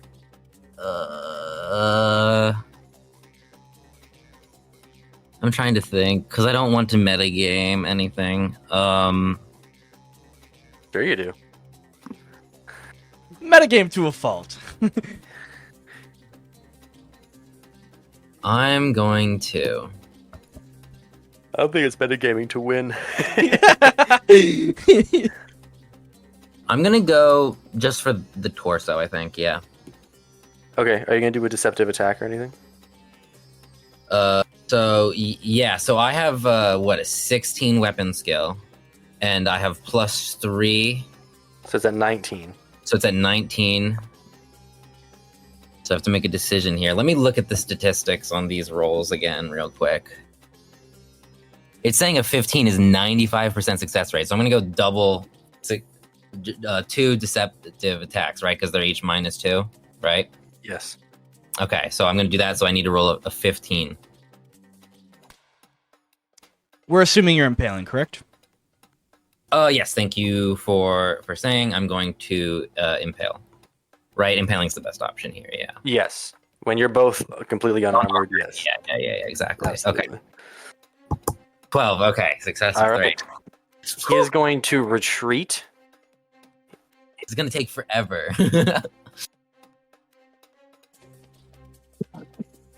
And he is going to roll for feverish defense. He succeeds. He loses 1 FP and gets a +2 to his defense. And he's going to parry with a +1 from retreat. So parry +3. Where do you do your rolls? In a secret channel that no one can see. Wait, where did you get the +3 from? Shouldn't it be +1? Because you're just counteracting the -2. Depends what he's pairing with. Oh, yes. +1 total. Yes. Because I got -2 from my Yeah, deception. He rolled a 7 anyways, so he would have had that shit without any of those fancy maneuvers. You stab forward into his torso, and he steps back and easily, lightly. He has to slow down his movement to make sure it contacts your sword in time, because he moves so fast. And he makes it look like with no effort at all, he pushes your blade to the side. Okay. What's he doing his turn? He's going to step forward. And he is going to... He has 3 evaluations. Yep, he does. He is going to... Okay, let me do some calculations real quick.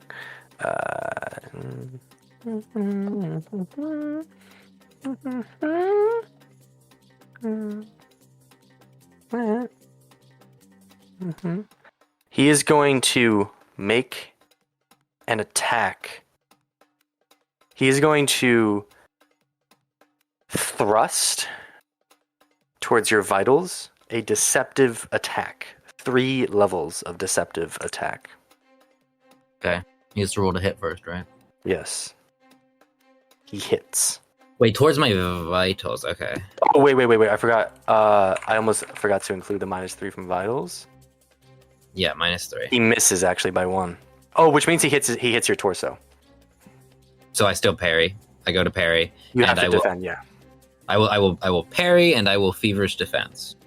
Do you want to retreat as well? You can do both? Okay. Yeah, I guess you can so. stack all of them. That's what he just did. So is there any downside to retreating besides taking a step back? There's a limit of the area you can get stuck.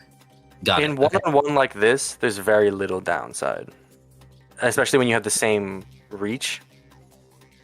But yeah, Yeah, I got it. Okay. Yeah, I will parry and feverish defense. So that's +3 to my already 12. So I need to roll 15 or lower. 95% success rate. Come on, baby. well, don't forget to include the -3 from his deceptive attack. -3. Okay, I failed then. I rolled a 14. Oh god. Oh no.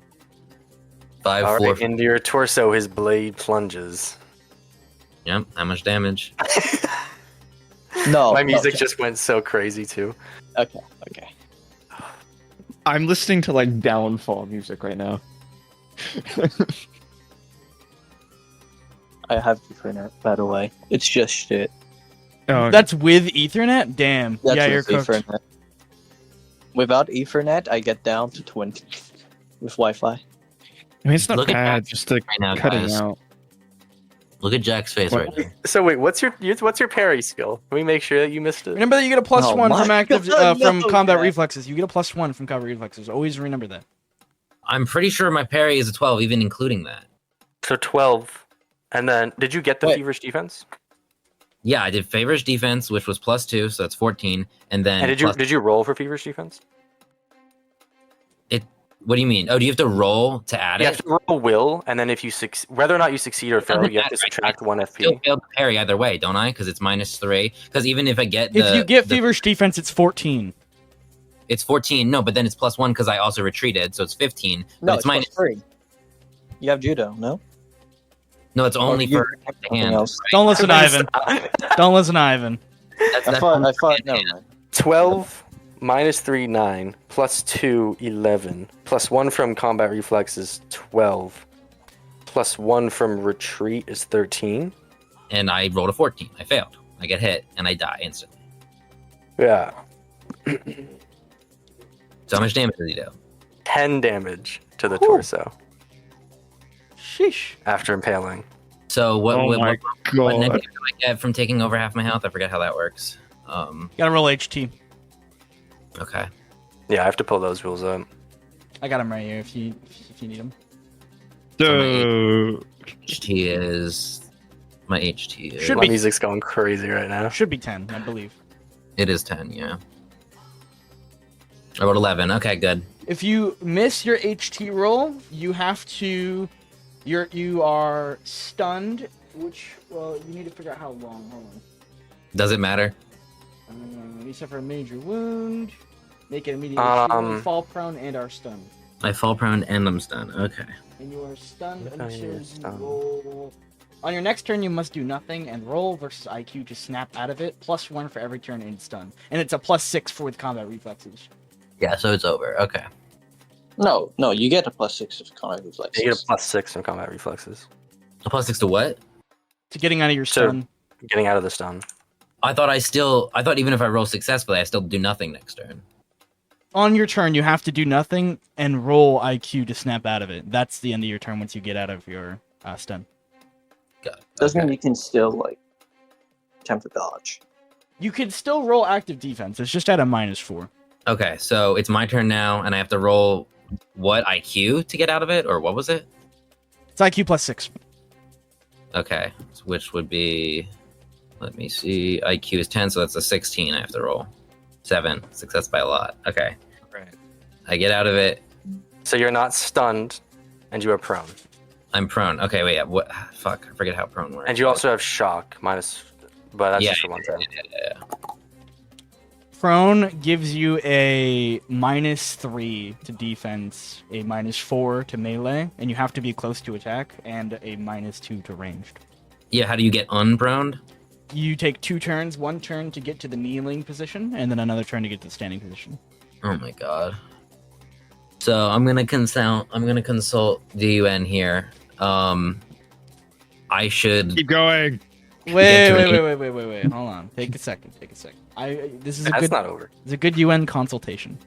So your best opportunity is to get as far away from the posture position or the prone position as possible because it is a death sentence. Being prone gives you a flat -3 to your defenses.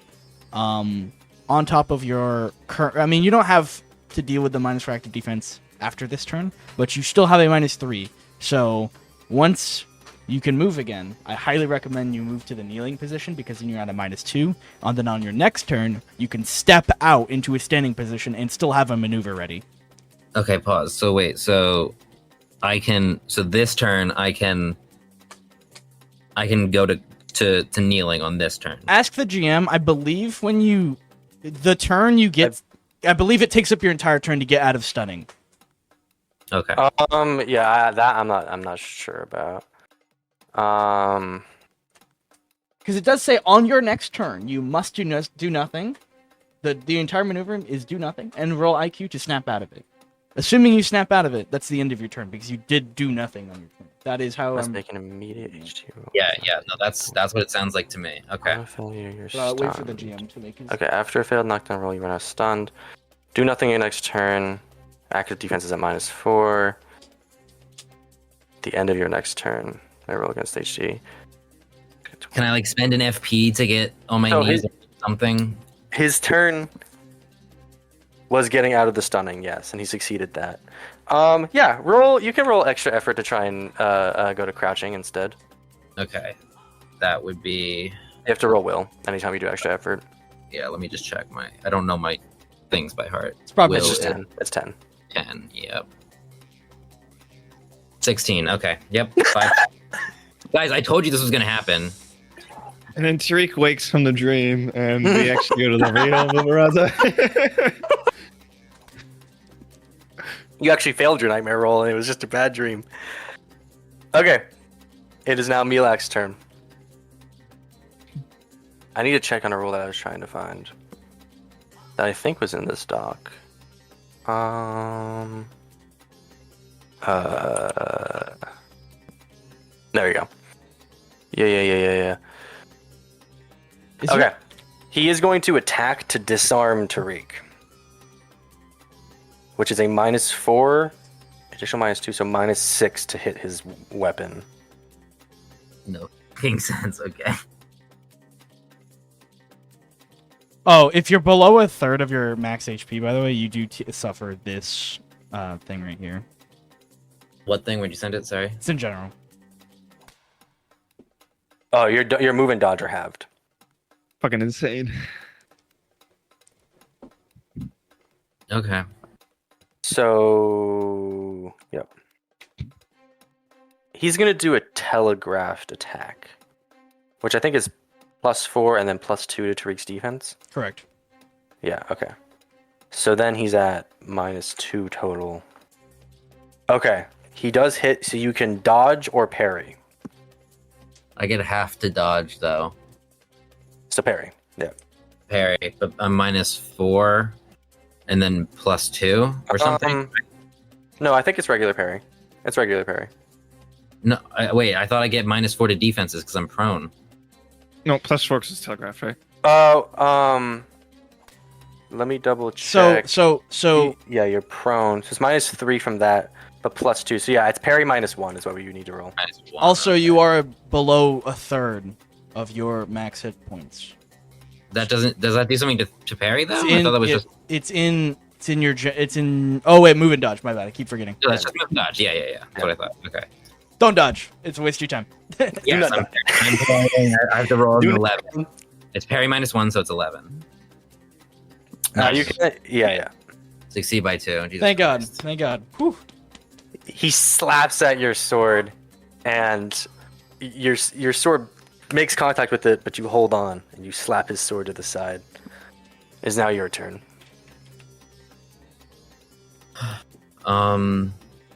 Remember, you should probably get up this turn. Yeah. I'm going to. So wait. So I can get up to a kneel this turn is what I can do, right? Yep. Is it possible I can spend try another will roll or FP or whatever to get all the way up? Every time you use extra effort, you lose an FP. Yes, I did that already. I lost 2. I'm at 8. I'm willing to let you roll extra effort to try and get from prone to standing in one turn, if you wish to try. Is it a bad idea? That wording made it sound like it's a bad idea. What FP are you at right now? 8. Can I You ask? might want to save it for Fever's defenses. Would be Yeah. nice. Can I Okay. ask if you can get up and do anything for your defense at the same turn? Like active defense and get up? Going from that a thing? posture to kneel is a full move. Okay, so do Because you that. need to You use have to go both from your prone hands. to kneeling to standing. Yeah. Although from kneeling to standing is just a step. Like you use up your step to do that. So I go to kneeling then. Okay. He's going to attack your weapon again. Another telegraphed attack. Oh my god. Okay. Okay. Milak. Okay, so Tariq, you're kneeling down beneath Milak. Blood gushing out of your gut. Right? And you just barely found the energy to get up to your knees and are getting ready to try and stand and re-enter the fight. And Milak swings down to hit your sword and misses completely and falls forward, and he falls and trips into the sand, loses his footing, and crashes into the ground prone. He rolled a 17. Nice. That was Elder Yaru's ghost. Fucking. baby. Jack, I need to know. He is prone, so he has the disadvantages of being prone. Does he have more disadvantages because he's not facing Tariq any longer? Because he's laying face down in the sand. No. If Tariq were to attack, Milak has enough time to like turn onto his back and parry it. Okay. You know, or like turn onto his side. Yeah. So I can step and attack this turn, right? While he's prone. You could even attack while you're kneeling? -2 to melee. There's 2 though, Okay, yeah. I was gonna say I'd recommend stepping up Stepping to it. attack. I'm gonna Because then step he up. has to get up too. So Yeah. you'd have a chance to hit him. I'm gonna. So wait, let me think about this. So step up and attack. So, Can the UN say something? yes, please. So he's in a position where attacking you will be very difficult. Yeah. You are very weak, to be honest. To give up this opportunity to do a powerful ending attack would be foolish. I'm going for the kill right now. I definitely think the best thing for All-out you to attack. do would be an all-out attack determined. Yeah. So you Yeah, step that's what up, I'm doing. you remove your disadvantages, you attack him towards the torso with your blade, seal deal with a deceptive attack. He's in a terrible situation. Torso, you think? That was my only question. As We'll Vitals say could- vitals. was where I was going. Vitals Vitals triples your is a nice- damage. Pretty much. I'm going vitals then because I'm trying to end this. Are you It's a doing -3 and your damage would be triple instead of double. If Are- he hit the vitals instead of the torso, you'd be dead. if you are applying deceptive how much do you have after the -3? Sorry, what do you mean? So So I- with I- determined -3 would be 13. What does determined do again? +4 gives you +4. 4. So that's a 17. I have a 17. Okay. To be safe. Apply only one level of deceptive. That's what I was thinking. wait. So 17 -3 brings it down to 14. And then Oh, +4. No. It's a 16 -3 brings it down to 13. +4 is 17, right? Oh, okay. Oh, okay. So you're 17 after aiming for the After. vitals. Yes. Um, And I'm going to use a deceptive attack Yeah. to bring it to 15. a 15 is a 95% chance. A 13 is an 83% chance. Up Yes, to I'm you. going for 15. Okay. And Do you want to do any extra effort to add to your attack? You can do an extra effort to add damage. I thought that was not for all-out attacks. you can't sorry, it's in the rules, Jack. You can't do strong My with blow is for regular attack only. Oh, okay, cool. yeah. Then, roll for 15 or less then, if you to hit. Okay. Milak should have a -4 without feverish defense. Fortune. Oh. Jesus Christ. Okay. Good Milak call. is going to roll for feverish defense. Good call. He misses that. Huge. Huge. Oh, the Dune scream just kicked into my music. Reminder, Jack, while prone, he has a -3. Deceptive makes it -4.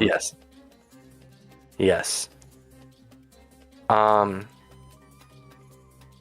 I believe you can retreat while prone, right? We technically agreed the other night, no. Oh, wait, yeah. We agreed that if you're prone, you can retreat for dodge, but not for parry. Correct. Yeah. Because it's like you're rolling out of the way. Yeah, So, makes sense. that he can't retreat, which He means gets and he's -3, 3? Oh, yeah. I thought it was 4, but it's 3. brings him down to that. And he missed feverish defense, and he can't retreat. If he retreated, he would get the bonus to dodge, but his dodge is... I'm just trying to see which is higher, his dodge or his parry. It's probably No, his parry. His parry is still higher. Yeah. He misses his parry. Roll Okay. damage 3. Oh shit! So, times 3, right? Yeah, roll your damage, and then we'll multiply it by 3. Okay, So I'm I pretty sure think- 1d6 plus 3. Let me double check that. Where the fuck's my sword? Rust is 1d6 minus 1, apparently. You Oh, strength right. 12? Yeah, that makes sense. 1d6 minus 1. And your sword is... Are you fine, isn't it? Yes. Why Which- the fuck can I not find it in my fucking... Okay. There it is. Did Graham do Should anything to the be- sword? No, it's very fine. It's the highest quality Okay. sword that you can be possible. Yeah. Graham basically took it, looked at it, was like, I can't do anything to this shit. Like, off camera, he, sharpened it, but, he didn't fucking melt it down or anything. All he can do is Yeah. make it worse.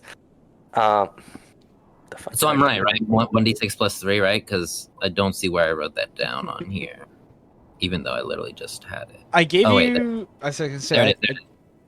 It's... No, it says 1d6 plus 1 for thrust. That feels wrong. Did I That's mess total that up? damage. So I just want to double check. Thrust is 1d6 minus 1, which I believe is correct. So for no. 12 The thrust is correct. The thrust that's just itself with the is correct. It's with the sword. What did you say, Quinn? It's 1d6 plus 1 with the sword. Because What is verifying No, give that you? doesn't sound right. Wait a minute. That's what I'm... we went over this, didn't we? Hold on. Oh, Sorry. Verifying gives you +2. So wait, no, it should be That makes sense. Yep. 1d6 plus 1. Yeah, sorry. Yep. So roll 1d6 plus 1. Okay. Ooh. Do I like add the +1 to the command, or do I just Yeah, add roll? +1 to the command. Yep. Ooh, highest possible damage. It's times 3, right? Because I did vital. Oh shit! He's dead. Fuck! Holy shit! He takes 21 damage, which puts him at, and he's not dead yet. Hold on, guys. GURPS lets you go really low, but So much health. no. In GURPS, you can go into negatives and very far in the negatives. Right. I forgot. But he is He's- pretty far in the negatives. So He also may or may not. Never mind. first of all, he received a major wound. But a crippling injury. No.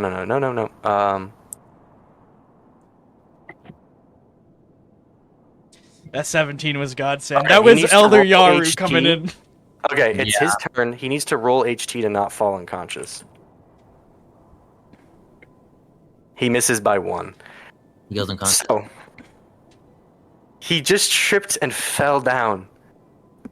And Tariq stood, and the sun, Ayu, shone above him, casting Tariq's shadow down onto Milak. And Tariq took his blade with both hands and plunged it into Milak's heart, into his back, and ripped it out, and blood gushed. It flew out, stinging Tariq's blade. My headcanon is that Tariq tripped him with his leg. Just randomly loses footing like Elder Yaru. It's supposed to happen to every elder. It's so poetic, yeah. So fucking Elder Yaru died the exact same way. Holy shit! Even that did max damage. Talk about a Deus Ex fucking Machina. Wait, did you just roll for poisons, Jack? I did, and it did max damage. Fuck. Just to let you guys in on a little secret, he's currently at negative 14 HP. How much did he have to begin with? 13. Okay. 13. Wow. Yeah, I'd love to show you guys Milak's character sheet after. 27.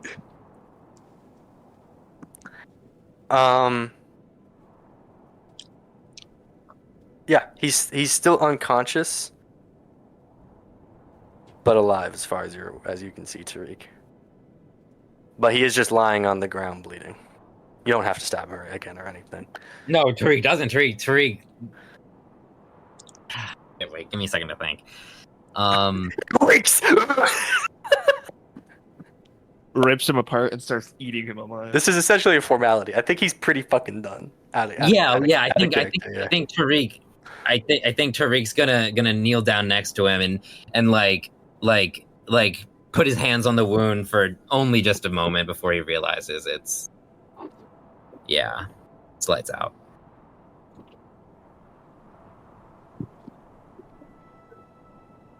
Tariq starts to cry a little for his brother. Now, how bad of shape is Tariq in? Can Tariq like stand and address the people? Yes. You're still conscious and functioning in lots of pain, but functioning and alive. There is active bleeding from your torso. You're Paul Yeah, Atreides. that does- You're literally Paul Atreides in this moment. You got stabbed and then you killed him. Yeah, I will stand up with like completely covered in blood. I will turn to the people. I will say,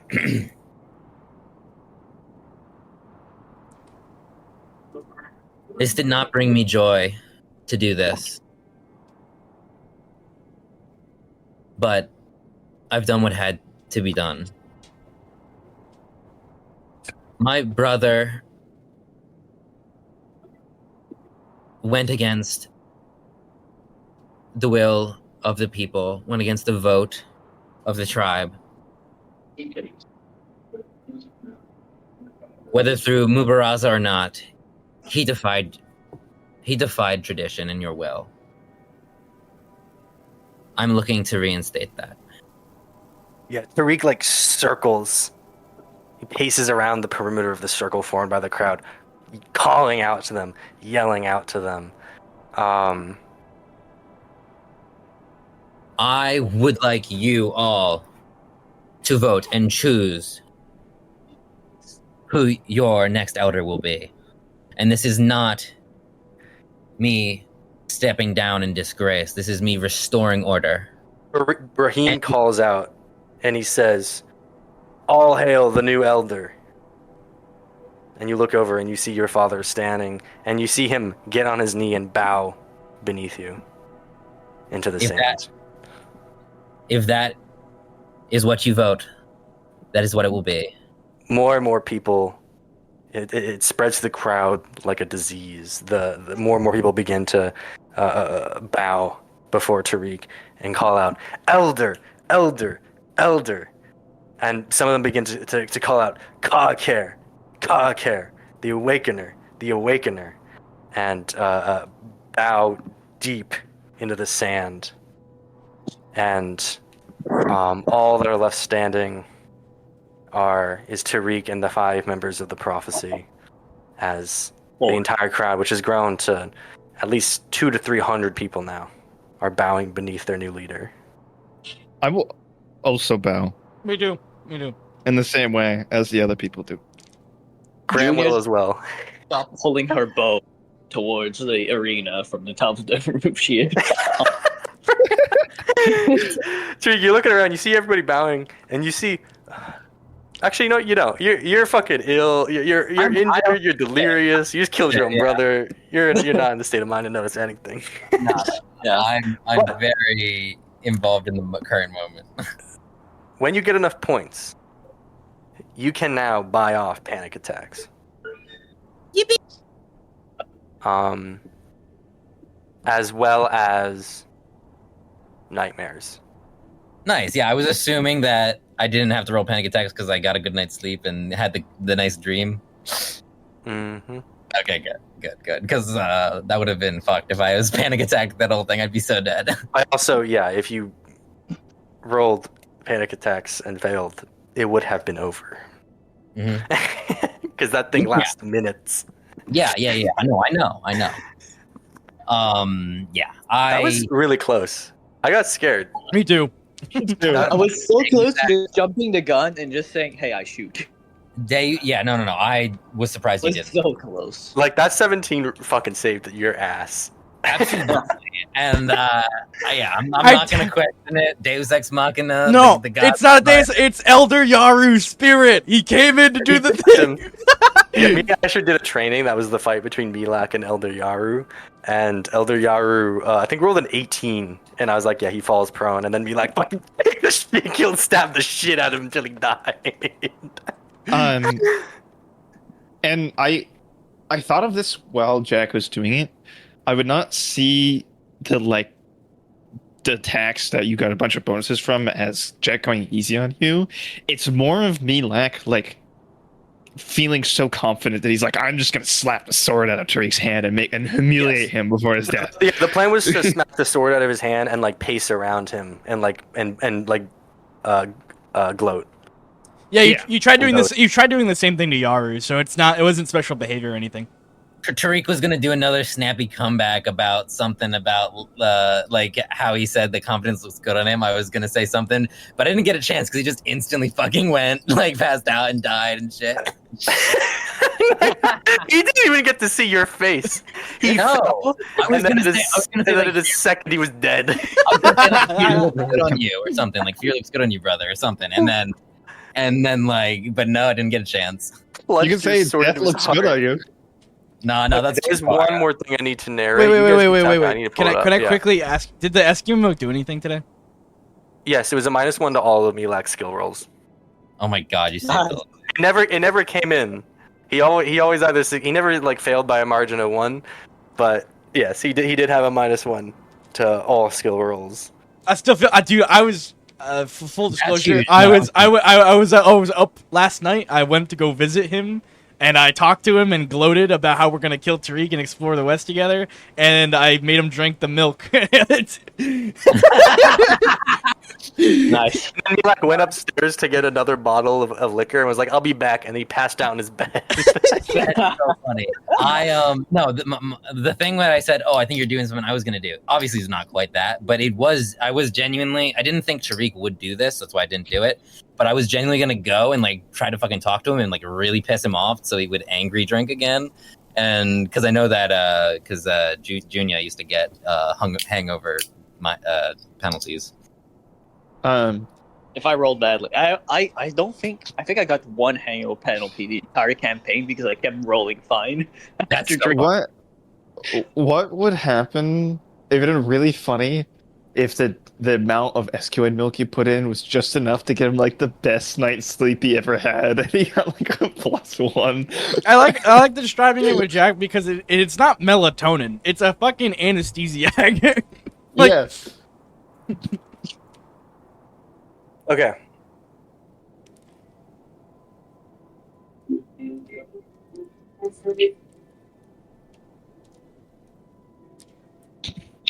After,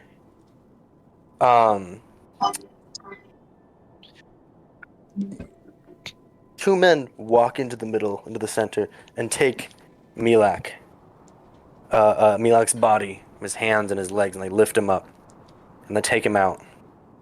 And Tariq, you're familiar with this process, or at least know about it, especially after Mubaraza. But whenever a member of the tribe dies,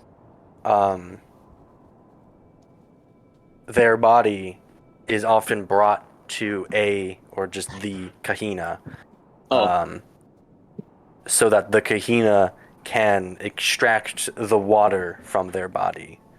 Wait, so like, did the people not know why he was challenging me? Did he not like say it was because the Kahina died or something? Do I have to explain that now? Basically, there's gonna be more than one Kahina here, so this process can still happen. Okay, beautiful. Is what I'm saying. But basically, they're carrying his body away to the Kahina for this process. It's a strange, mystical process that nobody's allowed to see except for them. They take him into the Kahina's tent, and the body's never seen again, but they come out with water. Water that cannot be drank, but can be used for other purposes. Camel. Like farming or stuff? Yeah, farming, cleaning, washing.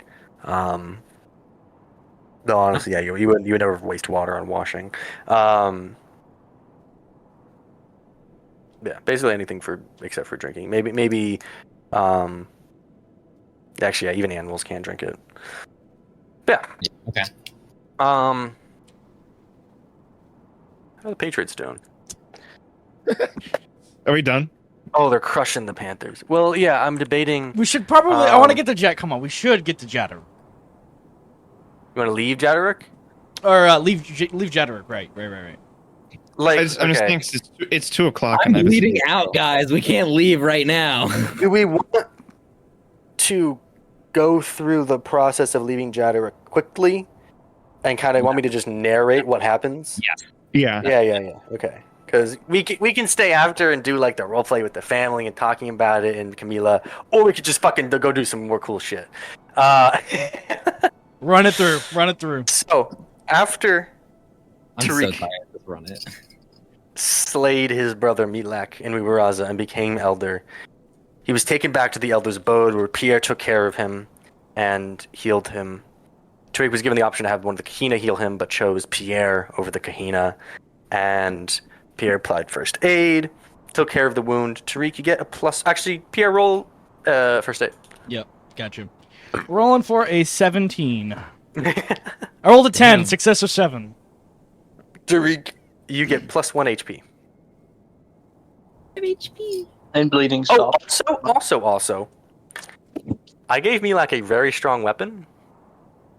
Just note, he had a thrusting broadsword that was of fine quality. If anybody wants it, basically, we should add it to somebody's inventory. I'll in take the it. future. Yeah, somebody could use that because the reason it is fucking crazy is because it does thrust +3 impaling. No Which wonder. means- Oh, yes, yeah, it was Milak's greatest power. Basically, was that if he hits you, you're dead. I'm so glad that's how it worked.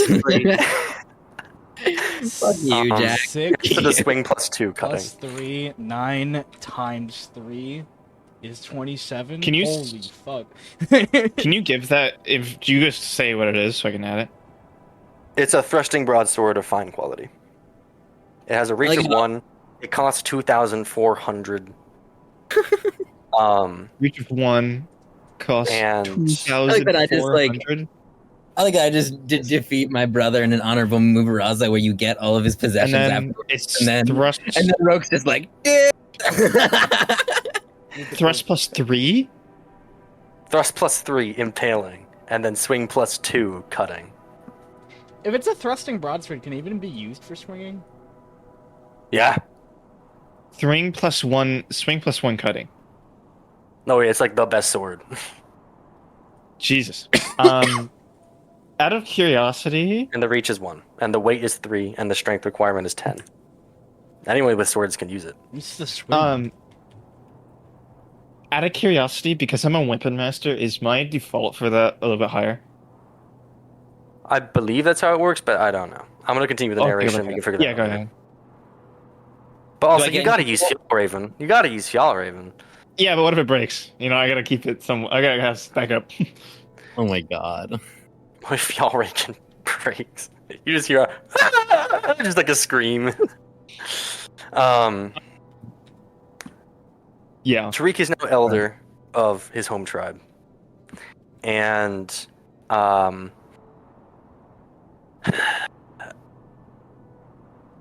basically decrees that the community is going to provide supplies collectively to help the prophecy go on their way.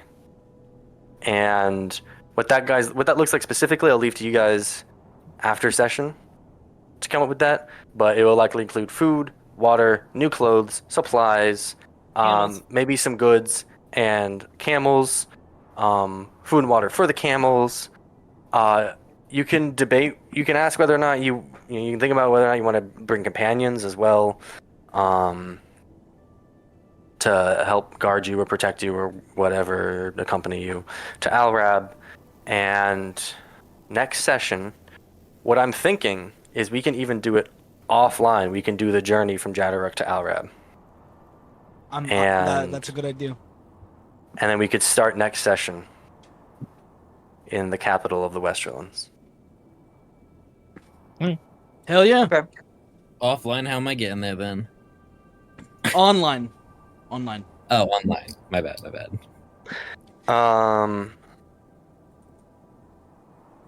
Yeah, I have to remember how long the journey to Alrab was supposed to take. What was how many days Did do you we write have it left? anywhere? It was like a max of 10 days, but I think that was with camels. I think I think it was with camels, yeah. with camels, max of 10 days, minimum of 3. It was like a ridiculous range. Yeah. So we can do some rolls to see how quickly we get there. We could do that right now, and then Sure. The faster we are, and just Um, assume we have enough water and food and everything to take care of it all. Wait, what day are we? Are we assuming we leave the end of today, or are we assuming we leave at the morning? No, of you guys are tomorrow? gonna stay overnight because Tariq is injured and needs to put everything together. Okay, so it starts. So you'd be leaving the August 30th. 30th. Hey, 1 day to spare. Look at that. I'm gonna awaken the gun. Oh boy, we're literally about to hit the deadline. I can't believe you guys put me through that. My roll for I broadsword. genuinely thought I fucking killed your entire campaign there. I thought I was fucking dead. It's pretty Jover too. I thought we were gonna need the junior plan. Yeah, me too. My roll for broadsword is 12. the Is best rapier thing minus about 4. about the junior plan, though, the best part is Everybody roll riding. Riding. Let's say +6. So I'm rolling 8 plus 6. That's 14. I rolled a It's 4. camel riding. I rolled a 4. I rolled a I have 13 and a ri- 14. Success or 1. I have riding What's level the base? 12, so plus Jack? 6, it's 18, right? Yeah, just roll. Do I have to roll? It's an 18. No, you have to, because if you roll critical failure, it's a failure regardless. Oh, got it. Didn't know. Sam, Also, it lets us know the degree of success. 10, success by 8. So I believe all of you rolled pretty well. I rolled a little well. especially Yeah. 10. Roke. All right. Hold on. In recap, I'm just gonna Roke. add. Oh God.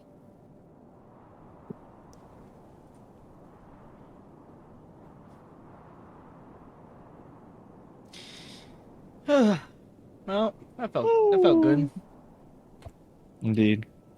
Roke, you get +1 character points that must be spent in the riding skill with the camel Okay. specialization. Yeah, I You assumed. guys, after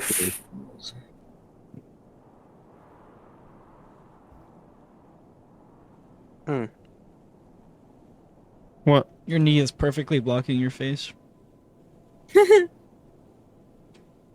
after 3 days, you arrive in Alrab. 3 You rode days. very effectively. So there's already like thousands of people dead in the east. I mean, we don't know. Who knows? Maybe Penrite's doing their job of evacuating the citizens and doing the secret attack. I mean, yeah, maybe we've got a couple days from fucking Penrite. I would love to hear about how he's doing. How he's doing the secret plan of it, like encircling Eastern forces and evacuating the women and children. Yeah. Did I do that math right? Should be September 3rd. 3 days? Yeah, September 3rd. I mean, we start August 30th, so maybe it'd be September 2nd. Yeah, you travel through August 30th. So that's yeah. Okay. There's 95th 31 day of days our in August, though. There's 31 days. There's 31 days in August. Not always. Yeah. What? Cool. Oh wait, Yeah. no, you're right. There is 31 days in August, so it's September 1st. Hey, if we get everything we need done, technically we're meeting our deadline. Today? Yeah, no. You're if we right. do Actually, it- it's 0 days left, I guess. If we do it today, Fucking Majora's Mask. lock in, baby. Day 0. Here it is. Yeah, right at the deadline. It's Awaken him. He's sitting in the Alrab. He's like, "Oh, you guys fetched me. All right, let's go home." Dude's just some random homeless guy. I've been so lost. I can't speak their language. Please. God. Why did it take you guys 200 years? I was starving out here for so long.